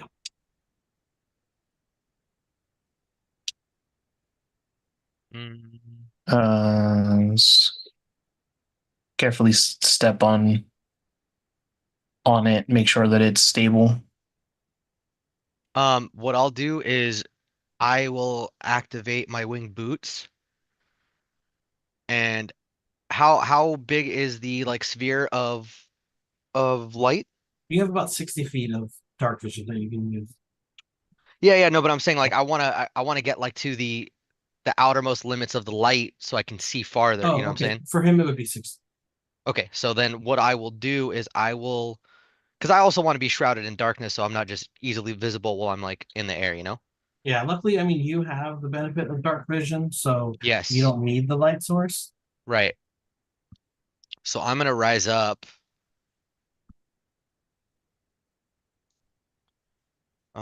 to like just outside of that. I would say like, like 60 feet, 65 feet, something like that. What's your fly speed? It's my walking speed. So, I mean, am I limited to that? Are we like in combat? I, for the sake of being on the map, let's limit it to actual walking speed. That way, we're not Okay. just like So then I'll initially just hover up 25 feet. okay. I can use a minor illusion to lead us in case it gets attacked or triggers. I don't know if it would trigger a trap because it's an illusion. but it could at least be a dummy target in case they attack it or ambush it. It's food for thought. It can go 30 feet ahead of me.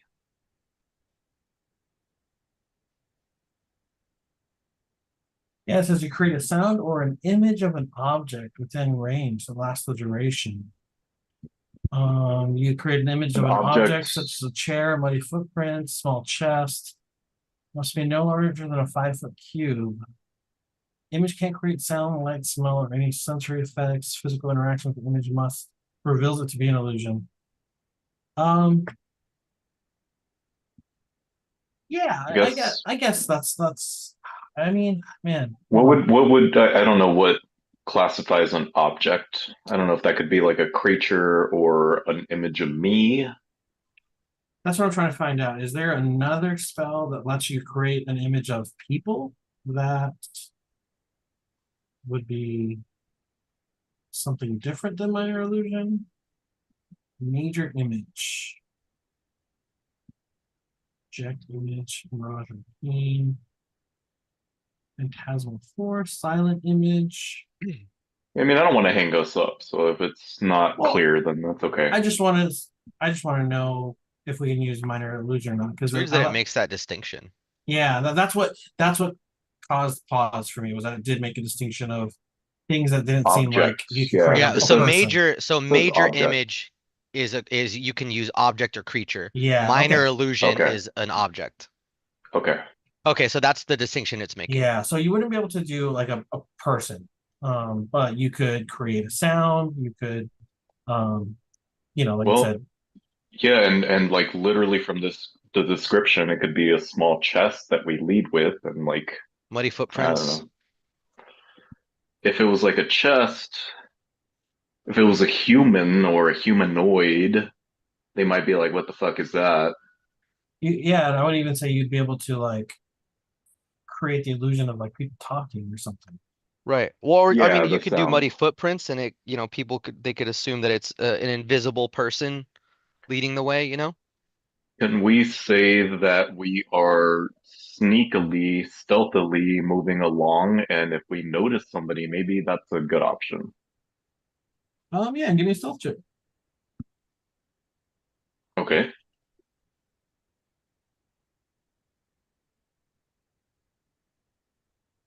18. Sure, you're able to be stealthy. Despite the rickety nature of these bridges, you're able to kind of shift your weight in a way that allows you to kind of move without causing it to make too much noise. You walk lightly on the ground. My big ass self. Yeah, despite your size, you're fairly nimble. I imagine him as Okay. being like I don't know how many of you guys played like Tekken 6, but there was that character Rufus. Or was it Tekken 7? I forget. But Rufus was like, or yeah, there was a big fat character in Tekken, but there's also the big fat character in Street Fighter. I think the Street Fighter one is Rufus. Oh, yeah, I know who you're talking about. It's Bob and Tekken. Bob in Tekken. Yeah, yeah, yeah, Um, yeah. yeah, I guess I'll say as I see like we're kind of assessing the situation, I'm feeling particularly stealthy. I might start leading this and just sort of start moving along stealthily, probably at a very slow pace, keeping my eyes out for whatever might be out there. DM, am I able to use like my sprint action to get more altitude? Absolutely. Okay. So then I am going to use my sprint action. I will now be 75 feet up. And as soon as that is done, they start moving. I'm recovering from that, swift speed.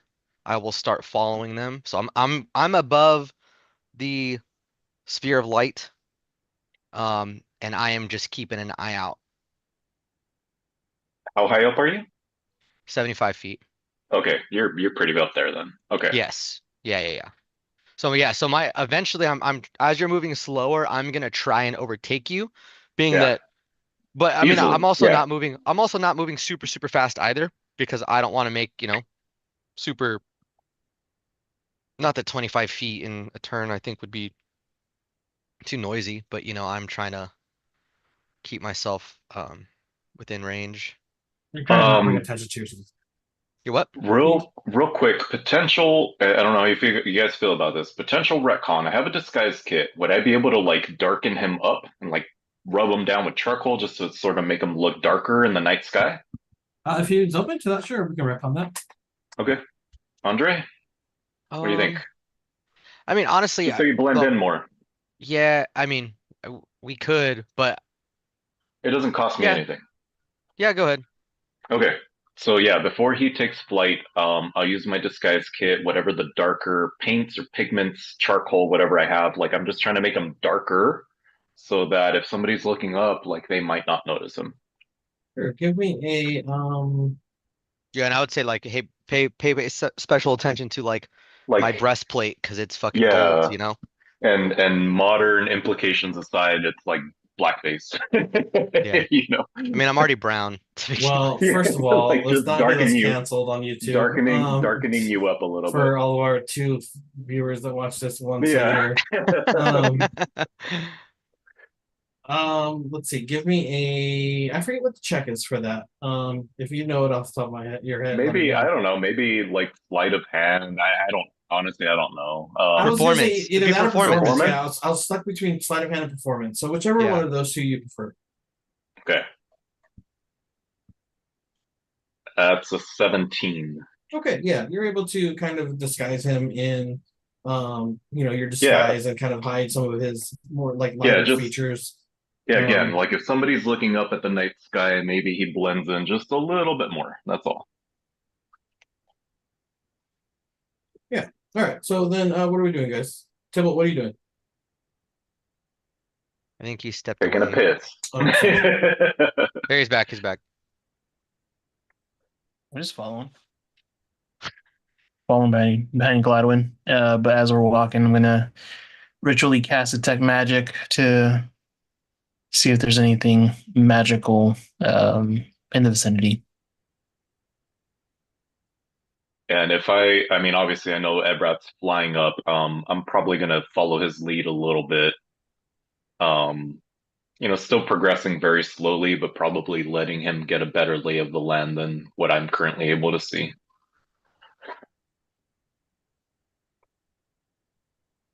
Got it. So then I'm gonna try and overtake him then.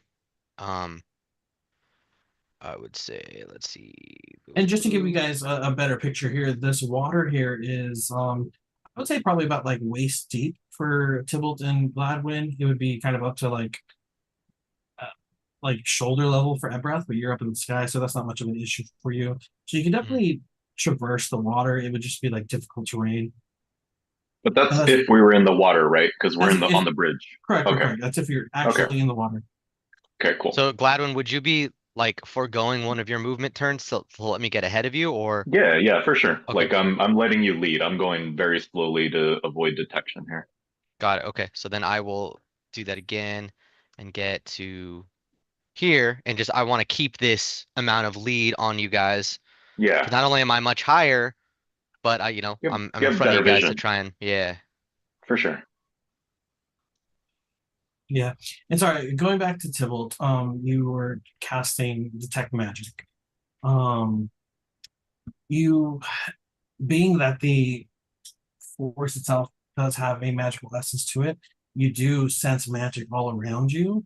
Almost like just like a constant static or white noise. However, if anything else magical were to come up, I would say you would be able to kind of perceive that. Like a little spike. Yeah. All right, let's move it along, guys. Cool. Is there So- anything noteworthy that Ebrat sees? Nebraska kind of sees, a little bit further out than you, but it seems to just be a continuous channel of these small islands connected by these wooden plank bridge, small but followable trails kind of leading you through them. There doesn't seem to be anything that's like stopping you necessarily from just walking through the water. But it seems like this path has been carved out by people and creatures just kind of walking the most convenient way. These bridges are obviously built here, and so people kind of come this way.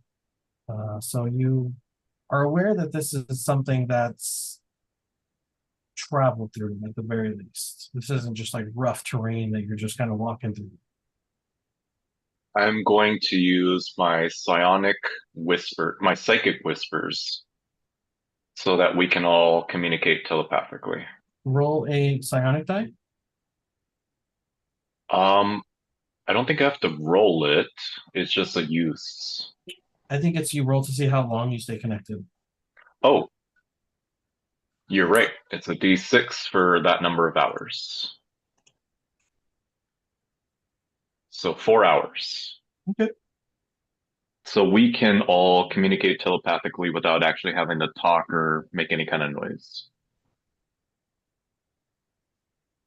I will note that in our thing in case we cut it short.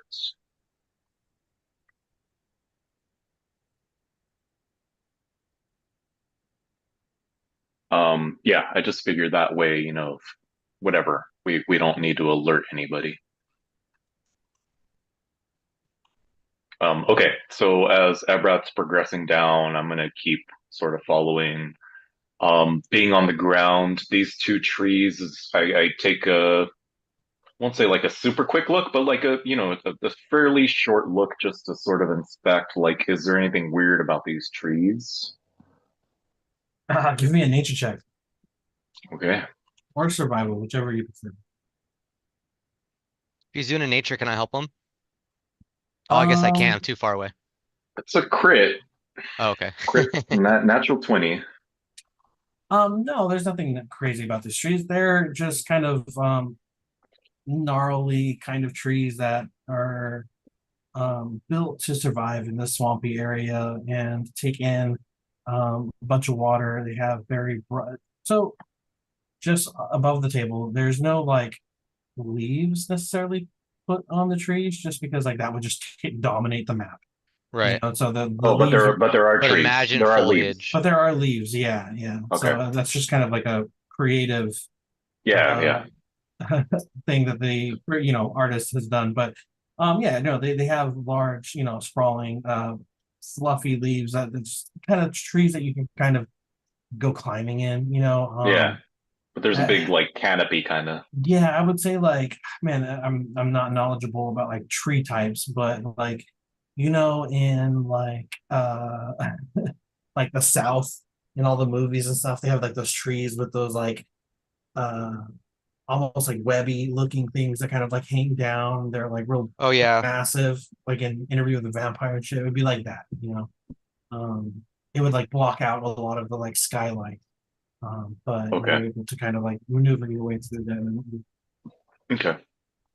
I guess we'll just keep progressing. I mean, I don't know what order we're in, but I'm like following the Brat's lead.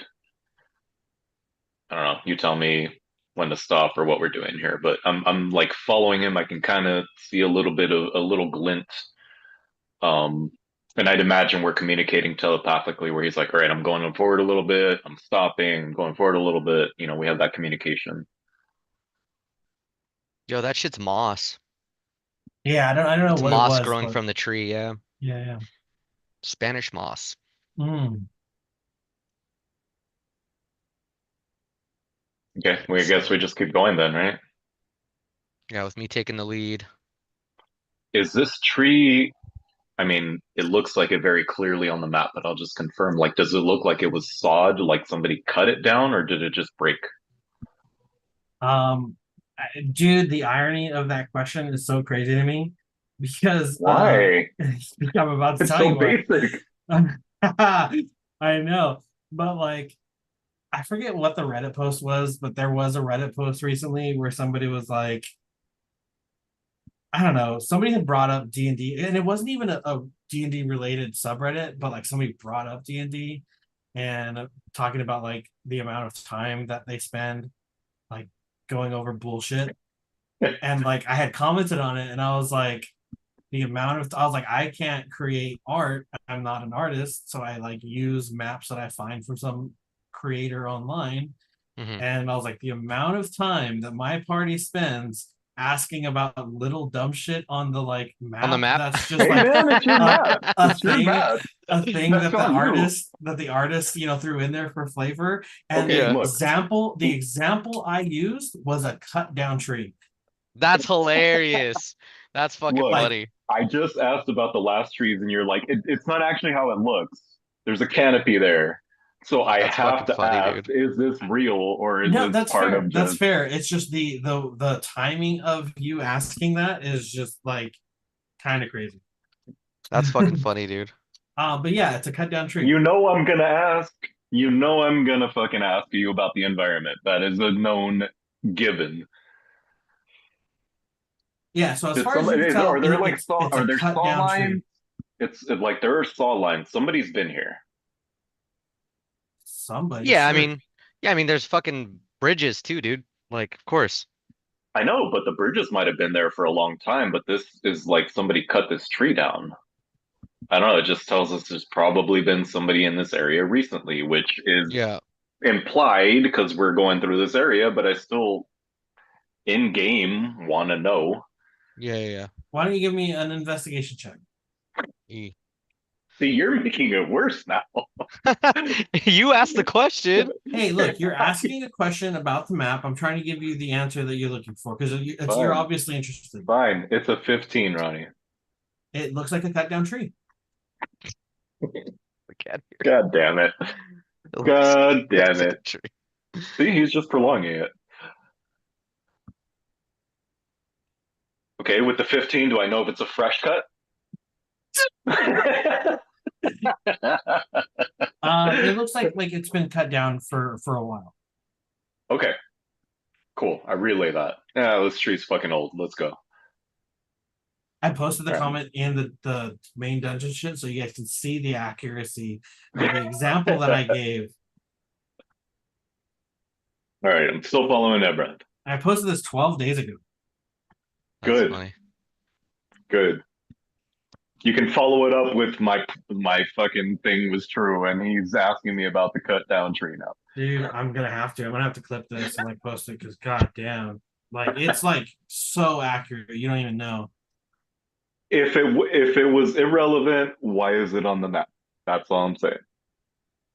All right, I'm following that breath. I'm following that breath. Fuck that. Fuck that. Let's move on. Oh my God, that is We've too made like no perfect. progress. That's Tell me- fucking We've made crazy. Tell me I'm we've wrong. made That's we've Tell me made I'm no wrong. progress. No, not at all. Not Tell at me all. I'm wrong. Not at all. Look, That's okay, fucking I guess crazy. I guess these are the two schools of thought. Every time I was running a game, if there was something on the map, it meant something.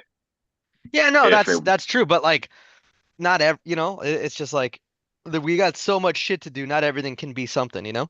and that's okay. That's okay. And so let me just say that I don't mind these things. Like they kind of make me laugh. But there are sometimes times It it's is where I'm funny just relevant. that you like, gave Like that how exact fucking example. but how that many was my point. times I Yeah. happened to use the cut That's down so tree as an funny. exact example, and then you how were many like, times am "Why I is this like tree cut down?" how tall are these walls? And it's Totally. relevant, And, Yeah, right? and Like yeah. all of those that are shit's very relevant. fair. Those are very fair I'm questions. trying to create a thing in my mind. So Hmm. like when I go to interact, I have a full picture of like where am I at? What's the weather like? What's the situation? Totally, I totally. don't I know. get it. I I'm get it. trying to immerse myself I in get it.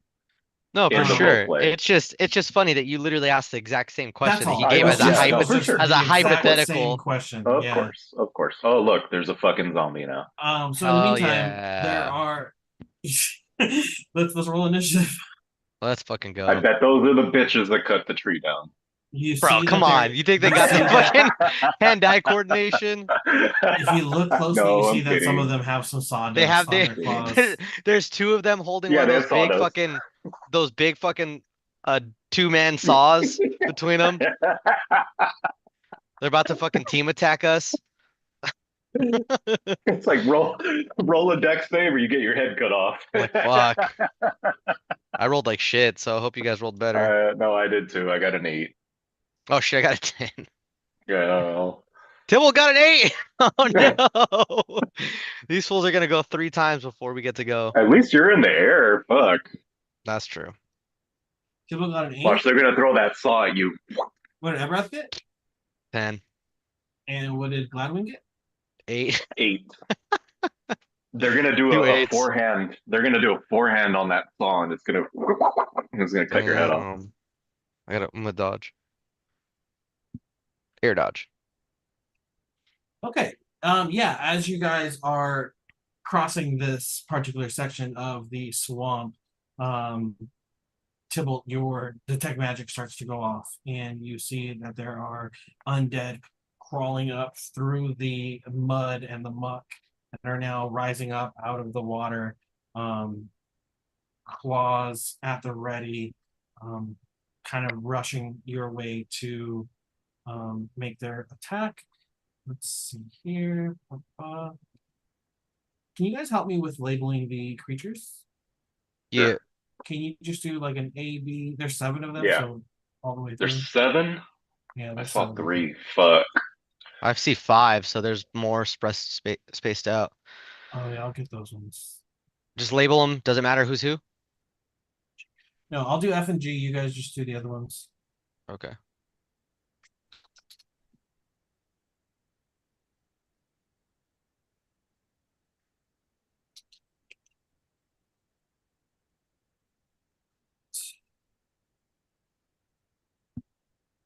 Ass. Ass blaster. All right, cool. Bitch. Bitch. Bitch. Bitch. A B. You got C, D. I only see That 5. that full Davidius. Yeah, Damn, bro. yeah. Um, I heard that was gay. a Ebratheus? No, I'm kidding. Um, Elhain. Well, you know what? I I think only see 5, so Ebrath, I think you're gonna have to do the last 2 I don't know. No, if all, I you can't see see them. them. all No, I'll Okay. he say, said he's gonna do F and G. I took care of them. Yeah, all I'll say is I don't think that you guys can beat a gorilla, but I think if anybody could beat off 100 men, it's you guys. You know it, bro. All right, cool. So bitch is gonna go first. He is going to Bitch. use his full movement Bitch. to Bitch. Bish. move as far as he can. Getting there. That's not gonna be close enough to make any attacks. He After just that, it's, climbs up willy-nilly. yeah. All Yeah. right. Callisto is It's not here. like It's that gonna, steep, remember? It's only yeah. up to like your thighs. I Um, guess. he's gonna make an attack against Tybalt. Callisto. Wait. Second. Oh. Ooh.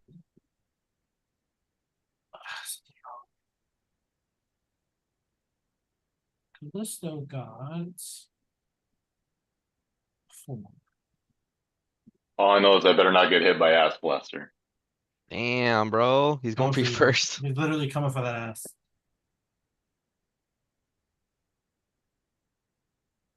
EF.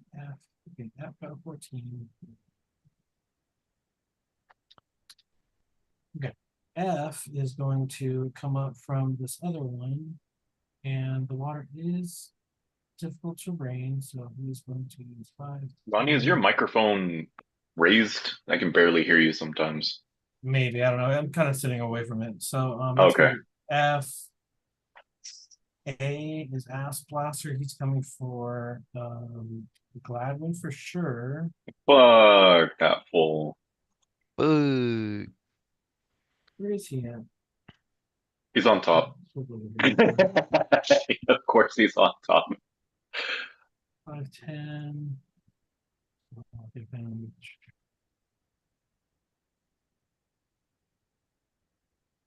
All right, that's 25 feet there. Um, E is this guy here. 13. Oh shit, this is gonna be rough.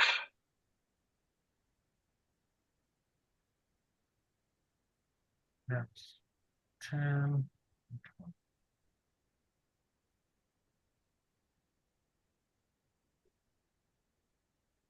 Where did he move?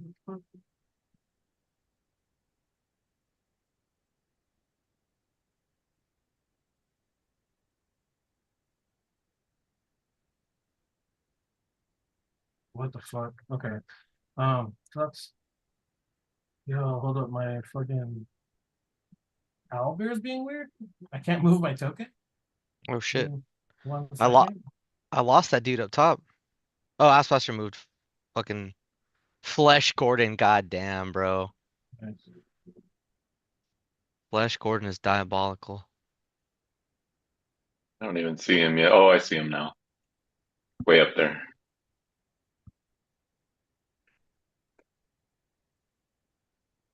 Oh, it's locked for some reason. Okay. That's 10, then 20 feet. And then it is after that finally is Ebrath, All right. followed by Gladman. God damn. All right. I would think with the tree in the way, I can't really see Ass Blaster a bitch very well, right? Yeah, I would say so. Can I see Elhain? Yeah, I would say so. All right. Let's fucking fuck this fool up. If you could see Flash Gordon, you or Flush Gordon, you'd be able to see him as well. Got it. Yeah, yeah, I can see him. But I'm gonna try and get the ones, eliminate the threats to these guys as quick as possible. All right. Firebolt to Elhain. Okay, Elhain. 17 a hit. that hits. That's gonna be 12 plus. It's gonna be 14 damage. Okay, Right, and then I'm gonna follow up with a Force Ballista. Let's go 25 to hit. 25 hits. Yeah, 18 damage. 18 damage. Okay,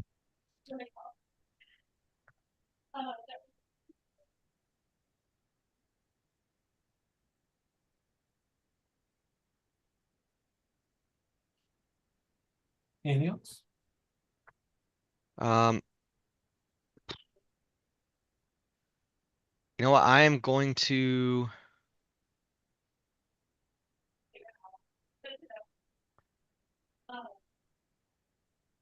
I'm gonna move like over here so I can try and get a better look under the trees.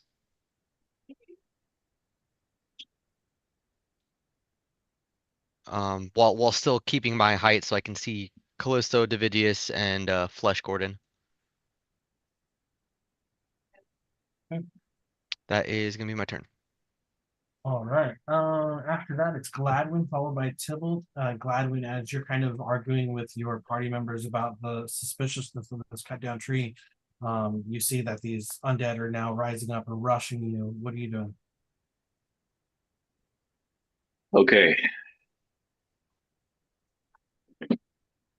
I have an idea here, and it's going to be a little bit of a pain, so I apologize in advance. These trees, so I think you can see my measurement tool, right? Um, I'm looking for. Come here. Sorry, I'll be right back, guys. I have something going on here. Hold on. Puppy issues.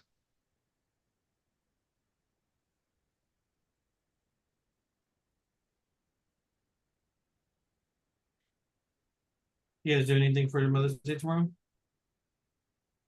Not tomorrow. I have to work, so Brandon and Patty are gonna take the kids to the cemetery, see the grandmas, and then go to breakfast afterwards. Cool. And then Sunday I'm just gonna take her to dinner, me and the kids. Thanks. Support you. We're just gonna go to Eureka. Nothing crazy. I love Eureka, honestly. Eureka's fire. Like I've never had a bad meal there. Yeah, same. Yeah, I mean, yeah, I don't think I've ever had anything bad there. Um, yeah, she just didn't really want to do anything too big. I got her a new coffee maker for Mother's Day. I already have that set up. Cool. And then we celebrated with the family. So we did my mom's Mother's Day brunch last Sunday, and then we're gonna do Patty's next Sunday because Lauren and Martine will be in town. Nice. What about you guys? We're going down to the desert. Hey, can you guys hear me? Yeah, I can hear Yeah, you. now I can. Yeah. I don't know if you're trying to talk Um, earlier. There was like a loud sound over here, and it might have been gunshots. Give Oh me a shit. look. Can we take like a 5? I'll be back in a Sure. little bit. Yeah, Sorry. absolutely. Yeah. Yeah, sounds good. All good. Be safe. Yeah, I'm going down to the desert tomorrow. I'm gonna play disc golf with Eric and then head down from there. And then just hang out with the family. Cool. Hell yeah. Yeah, I would have loved to meet you at Ukaipa or something, but because I got work, that wouldn't work out. Yeah, that's okay. I'll just start it out there, see if anybody was available. Just kind of Yeah, and I don't know show up when there. fucking Ramon's gonna have time now. Yeah. He started his like practical hour internship. That's cool. Zephel's working like 8 days a week. 8 days a week. Yeah, so like they're kind of caught between like, and he's doing the same thing basically as part of his internship, but to qualify for the internship, he can't get paid for those hours, right? Mhm. So he's caught between wanting to get that done as quick as possible and wanting to not lose, trying to minimize his income loss. Mhm. Thankfully, they're offering him the option of doing 24-hour shifts and 36-hour shifts. Ew. And then, it wouldn't be every 7 days, it would be like every 10 days probably he would do it. Mhm. So that gives him a little bit, and because they're actually working directly with his like preceptor, which is like his supervisor and scheduler person, he's gonna have the option to recoup some of those hours with a shift, like every pay period basically. But that's gonna mean 0 days off. Yeah. So that also means that he should be done by the end of July or mid-July, which will give him time to like rest and recoup, and then I believe he takes his exam either August or September. Nice. Yeah. I'll be right back. I gotta take this too. Yeah. They're gonna be moving into their house soon. Nice. Yeah, I saw that. Did it come with an ADU? Is that what they're trying to rent out? Yeah. Nice. Yeah, so I think what they're gonna do is they're gonna try and get with one of those companies that helps house traveling nurses. Oh, cool. So they're like specific companies that do that for them, that will set them Yeah. up. Like, I mean, obviously they don't pay for it, but they'll set them up as long as it's like reasonable rate. But there's like they have to fulfill certain requirements, so it has to be furnished a certain way because I mean, it has to be fully furnished and usable, right? So it's got to have like a bed. It's got to have, Yeah. I think it has to have a bed, has to have like some other seating, so like a couch or a love seat. And then they're gonna Yeah. put a mini fridge, a microwave, and like a coffee maker, and then Mm. room just because like if they want to get a hot plate or something. I told them I was like, honestly, you're probably good with the microwave, but a hot plate wouldn't hurt. Because there is a full sink in there as well. So they could, Yeah. do some sort of dishes in there. And then like the bathroom is pretty good size too. Yeah. That's cool. Yeah, the house is fucking It's big, dude. yeah. Yeah. Where uh where did they get the house? Is it in La Quinta? No, it's in Indio. It's right near Talavera. So it's in that same area, but it's not a part of Talavera.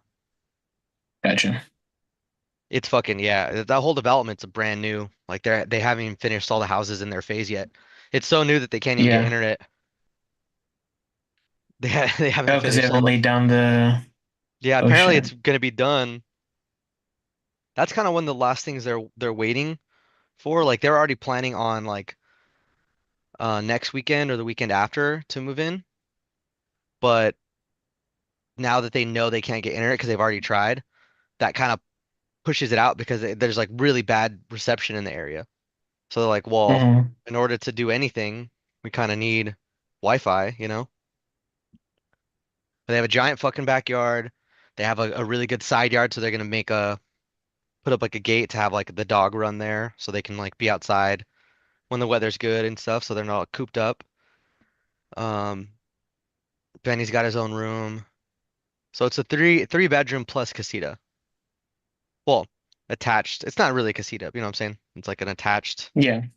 So it has a door to the outside and then a door to the inside. So they would just keep that locked or whatever. Mm, Yeah, it's super nice. The area is really nice. They have a fucking giant kitchen. Their master's huge. yeah. Nice.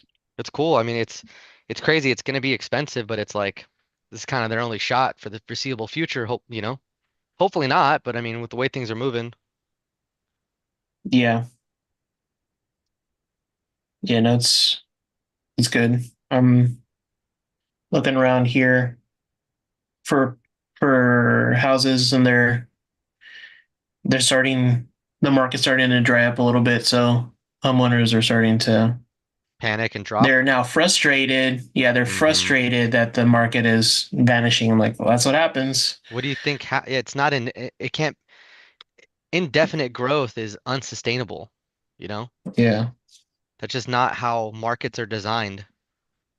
Yeah, and Um, we're gonna be going into a recession, so people are, now gonna tighten up a little bit. So the of people that course. want to leave are gonna have to do it at a discount. Just the cost of doing business, cost of living. Yeah, I mean, it's like exactly like everything, nothing's going down in price. Wages are stagnating.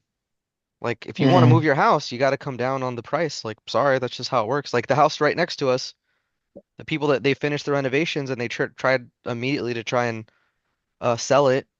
It's still on the market. The house across the street from us, still on the like it's been probably 2 months now. The other one, I think they took the sign down, but it was on the market for like 6 months, Yeah, and they tried to put it up for like 1.6. They bought it for 1.3. I think they tried to put it up for 1.6.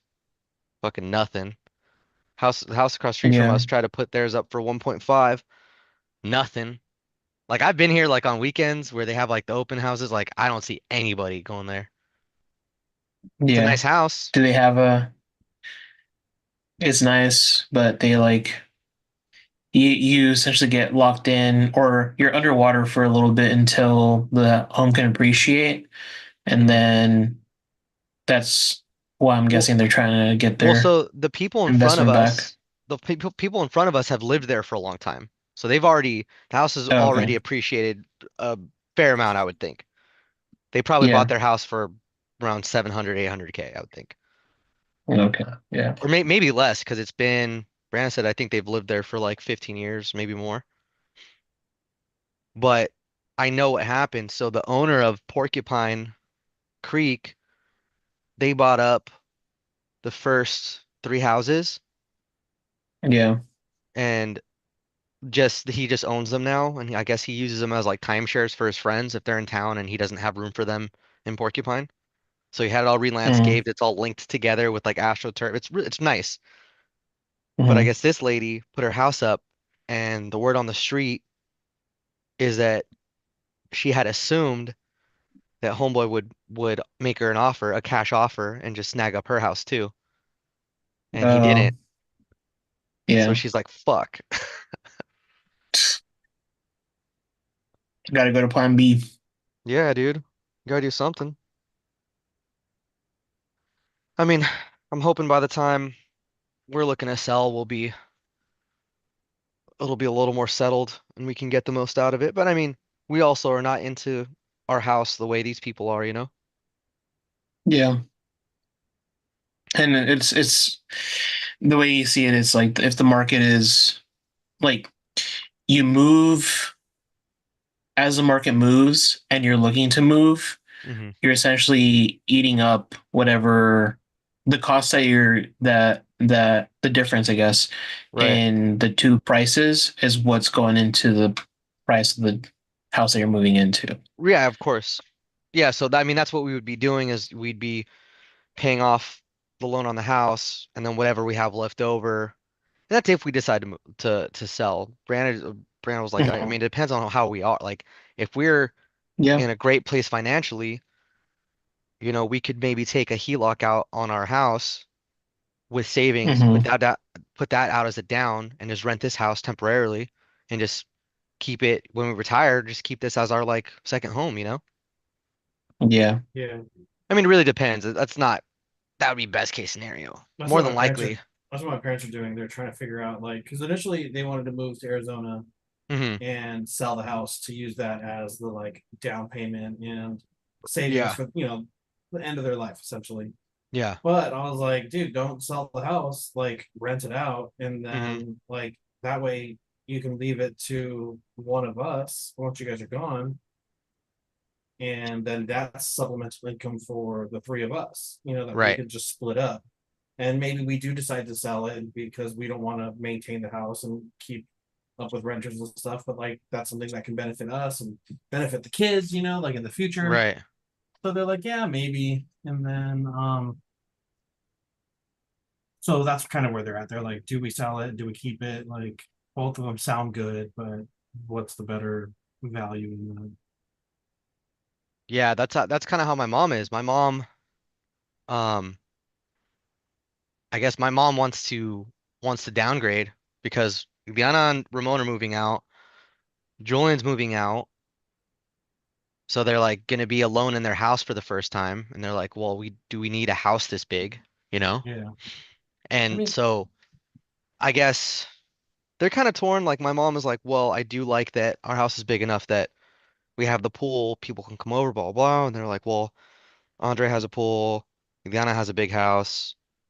So like, that's an option for get-togethers and shit too.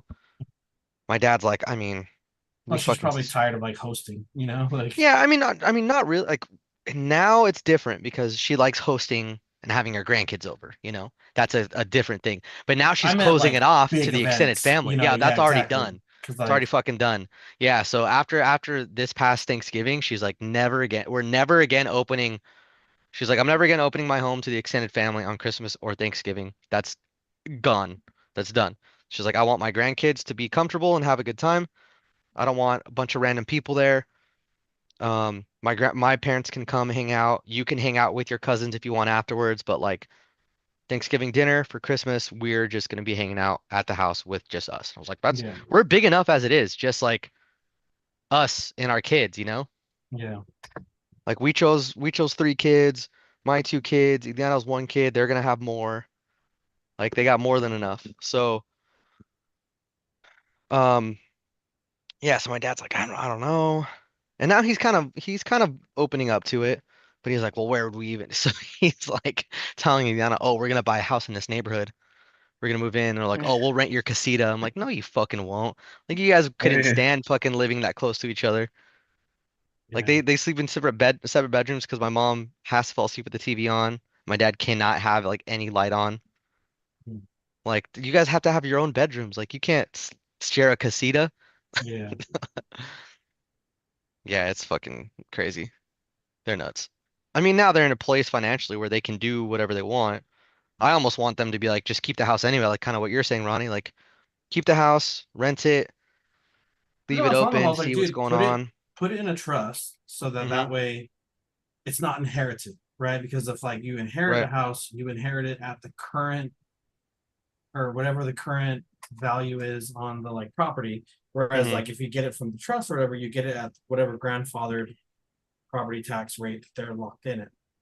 So I was Right. like, that's already a huge bonus for anybody that uses that, like whether it's me or Vince or my sister, whoever, doesn't really Hmm. matter to me. Like I'm not trying to like be greedy about the situation. I'm just trying to put us all in a position for better success in the future, because like obviously like the way I was talking to him about it, I was like, let's put let's get a living trust going so that Hmm. that way everything's in the trust and not in their names, so that if my dad dies or whatever, my mom's the main beneficiary or vice versa, they're Right. each other's beneficiaries. But then when they're both gone, they go to the three of us Equally. equally, Yeah. and we'll all have kind of a say in whatever happens with those assets and properties. And then like if we decide to sell it or whatever, we would split it three ways. Like, and then like my brother's living in an apartment right now. He doesn't have like he bought a house, but he's now divorced, so he's like losing it. And so I was like, he needs a house, like I Yeah. just I just want it to be able to be accessible in the future for Right. For everybody. whoever needs it. Yeah. And No, so that's true. That's a good idea. and just because like with the way things are with like our fucking economy and shit, Mm-hmm. like I'll probably never buy a house. Not Yeah. here in Orange County at the very least. Like Right. Shit's crazy expensive. if we do, we'll probably end up going back to the desert. But I'm like, I don't really want to go back to the desert, especially if my parents aren't going to be there. Like, Yeah. just because it's cheaper. Like, I was but moving I to also, Texas, dude. I was on a layover and it said homes from 100,000. I was like, what the fuck? That's crazy. that's Where though, wild, bro? dude. In a That's fucking wild. sundown town? I have a Like, friend. fuck all Yeah. that. I have a friend that lives in like Savannah, Georgia, or something. They have this big ass like 5 bedroom, 2-story house. They bought it for like 350, and it's on a Nuts. fat Yeah. ass lot. There's like, it's crazy. That's crazy. That's what we bought our house for. But I mean, our we have a big lot, but we don't have like the square footage, you know? But your house is pretty big though. I think. I mean, it's decent size, but we're the smallest on like the street. Yeah, don't compare yourself to others. Well, I'm just saying, like, as far as living space goes, like our house is probably, I mean, if you I add granted I haven't really been in like the bedrooms or anything, but like I feel yeah, like I like how open the your like master's big. living I like how open your like living room and kitchen or like dining room area are. And then how Yeah. like the kitchen's kind of right there as well. Yeah. Um, you have the pool takes up a lot of retail, but like your backyard's pretty big. Oh yeah, we have a big side yard too. So I just Yeah. had someone come in and clear all that in the front. So it's just to try and prep for Lily's party. Mhm. So I mean, we're gonna do a little more cleaning and organizing, but like all the big shit's done. It's just a matter of upkeep from here on out. And you don't want to do a beach day for the Lee's birthday party? Nah, bro. Just fucking full circle moment? Nah, Brianna was thinking about it. She actually wants to do we're probably gonna do just a beach day, just us and the kids at some point in August. But Dave had offered up his like clubhouse thing Yeah. to use for Elias's birthday. I'd already told him no. I'm like, Brianna made a good point. She's like, do we really want 25 people having to vacate Great Wolf Lodge, go over a few blocks down, eat, and then go back in? Like that's just a lot to coordinate. I bet it Um, is too. we should just bite the bullet and just chill and eat there. And I was like, yeah, that's not a bad idea. But then I was like, I hit him up and I was like, well, we're not gonna do it. But what if we just plan like a day where we just do that. We just like take the kids out, tell everybody, hey, we're gonna be over here. He was like, yeah, we can grill. We can have up to like, It's really nice. Yeah, it's like yeah, it's a pretty big little communal area. I forget what the word is, but and it's attached to the pool. And the pool has a bunch of like it has like a couple grills, like that's what he was like saying. hot tub and tons of bathrooms and stuff. There's like a big ass TV that has everything. So Yeah, we've done so it. We rented it a couple times for like my birthday last year, mine and Sal's birthday, I should say, last year. Uh, a couple birthdays. It has a kitchen in there, so we can like put like food in the yeah, that's fridge what he and was beers saying. and stuff. So it Yeah, is pretty cool. yeah. So I mean, um, so I think we're gonna figure out because we don't have, we were gonna have, um, we were gonna go out to Phoenix in June. We had like an Airbnb, all this shit for Brianna's family to go out there and like chill, but we're not gonna do that after all because her mom is having surgery for her hernia. She has like a real bad, but it's like her diaphragm. Ew. Yeah, dude. So her stomach is getting like sucked up into like her abdomen or into like her chest cavity. It's fucking crazy. Um, but basically it was like a birth defect that just got like Worse over time. worse over time, and then she had kids and it got worse and worse and worse. And um she like was getting short of breath, so she thought she was like, oh shit, is like my asthma? Am I having like a heart issue? And they're like, nah, dog, it ain't none of that. And like in the MRIs, you see her fucking stomach twisted and being pulled up. Like the suction from her breathing is like pulling her stomach up into her chest. Yeah. It's fucking crazy. Um, so she's been doing like consultations for like the past 6, 7 months, trying to get like the skinny on how best to go about it. So they're gonna do it in June. So Brandon was like, all right, we're canceling that fucking trip. And like, I also want to be home for the first couple weeks while my mom's home, make sure she's good. And I think her sister's gonna come switch off with her. So I'll probably try and do it like the end of June. Hit. I mean, obviously I'll run it by Dave, make sure he can, and then hit all you guys up so we can plan on, hanging. And then obviously we have Lily's party in July. That should be fun.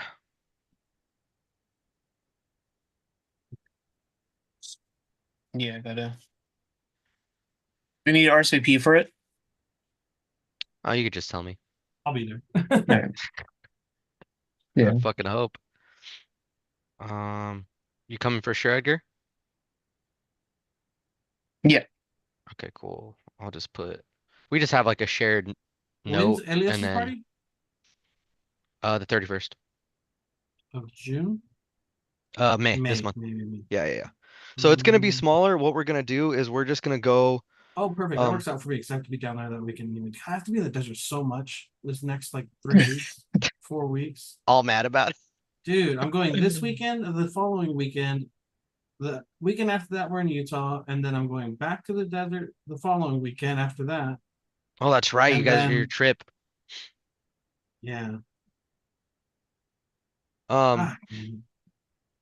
yeah. So it's gonna be his birthday's gonna be really low key now. We're just gonna go to the aquatic center, um, get one of the cabanas, and just chill for like 2, 3 hours till the kids start getting tired. Come back to the house for cake and ice cream, hang out for a little bit. That's it. Nothing too crazy. Yeah. It's not the. It's not the where what used to be Oasis, right? It's a No, different no, no. place. No, this is One in Palm Desert? the one attached to the Civic Center, Yeah. the Civic Center Oh, Park. okay. It's on the back end. Gotcha. They have where Oasis used to be. They have like the Palm Springs Swimming Club now. It looks pretty Dude, cool. Well, I it's mean, a surf park. Hmm. yeah. And then they have like the lazy pool, and they have Hmm. they do Adult Swim, so you can just go and have drinks and chill at the Oh, pool. nice. Yeah, we just figured since it fell through with the Great Wolf Lodge, just obviously we're like, fuck, that sucks. Like people that doing out of town stuff, maybe they can't make it. But I mean, Yeah, everyone's still invited to come back over here. It's just gonna be a little more subdued. But I sounds mean, good. Brandon's really excited for Lily's party.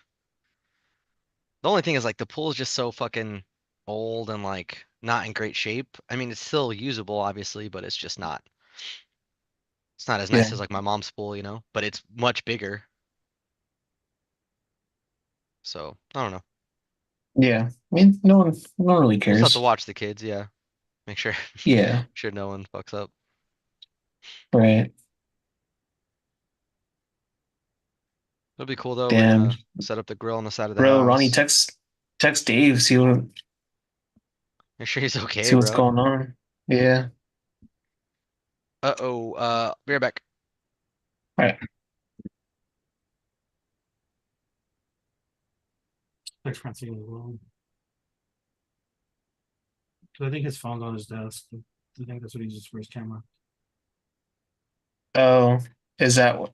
I saw his phone like shake a little bit, so it probably vibrated. Yeah, I think I'm pretty sure that's his phone right there. I'm texting everybody else. It's there too.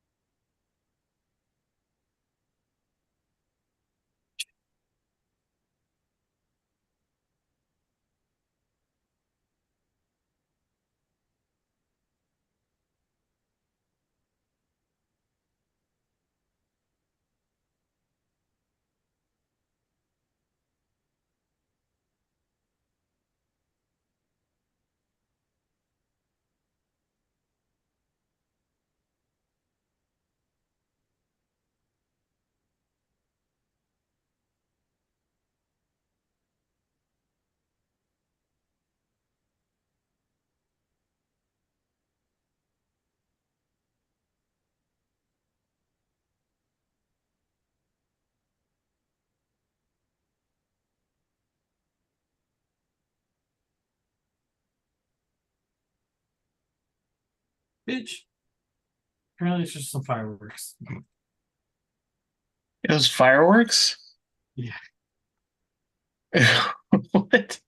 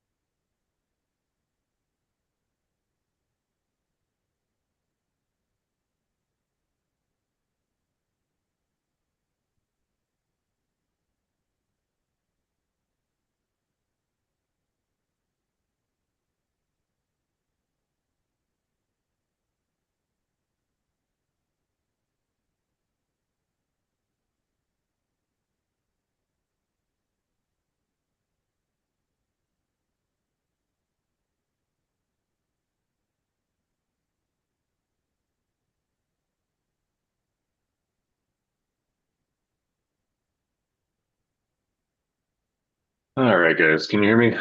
Yeah. Yeah, I got you. Sorry about that.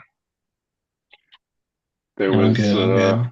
bunch of loud, explosive sounding sounds, and the girls were like about to leave, so I got all panicked and had to walk them down there. It was nothing, but it was just a little unnerving if you're not used to living in the hood. So Hey, Yeah. well, when you grow up in the mean streets of Lake Forest, you know? no, I always it's funny, Ronnie. I always think back to when you were describing some situation and like Emma freaked out and you're like, oh, first time seeing a crackhead? Yeah. Yeah. Same thing, same thing. Yeah. So I mean, when you grow up in the shit, you just get used to it. But yeah, it was like I think it was fireworks, but it sounded like it was coming from the interior because like at one point I remember I looked back and I was like, what the fuck? Because normally we don't have fireworks at like 11 o'clock, but somebody was setting something off, and some like one of the neighbors was like, "Do you guys hear that? It sounded like they were doing fireworks in the Target parking lot." And I was like, "All right, whatever." Ugh. But it did sound, I don't know, it was like hard to tell where it was coming from, and they were about to leave, so like I get it, you know. Yeah, totally. Yeah.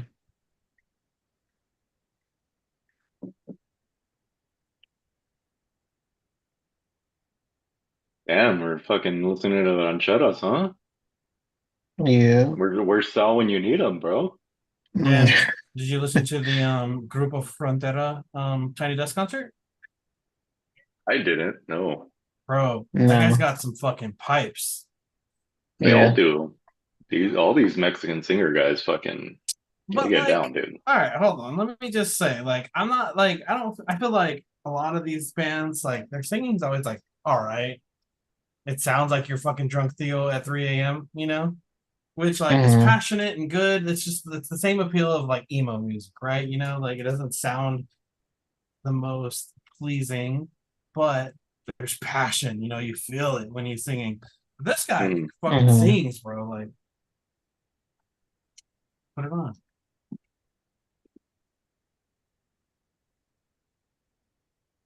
And going about this.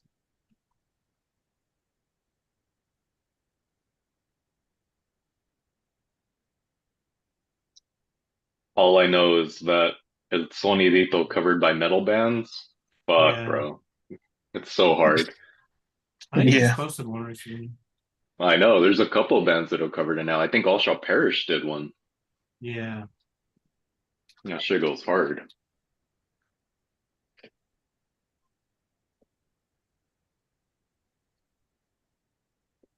I gotta step up my Bard song game. Like, I had a couple songs in here that were cool, but like I used them already. I can't keep using the same fucking song, you know? mhm.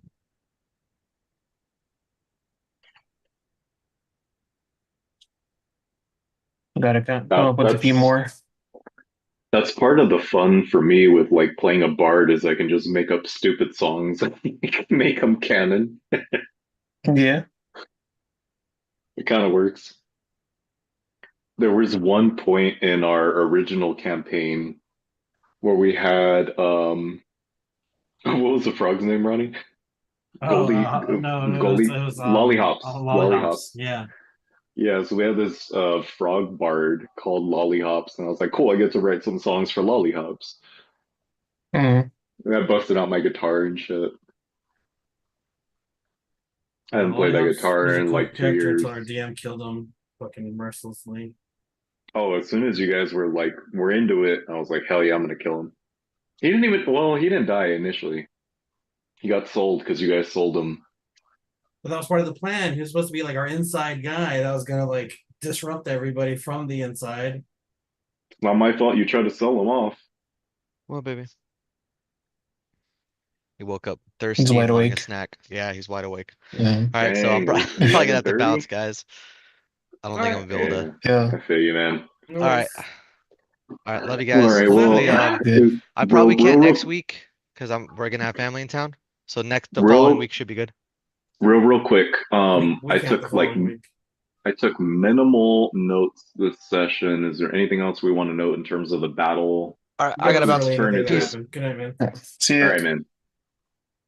There wasn't anything No, that really happened. nothing really happened. It was your Whose turn. turn? Whose turn was it? My It was turn. yours, yeah.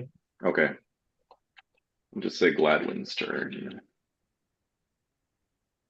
That way, at least we know where to pick up, and It's the kind of map perfect. saves. So Yeah. Yeah, that it's kind of helps. perfect too because I was trying to like drag the session out a little bit so that when Francine does come back on our next session, she has like a good entryway.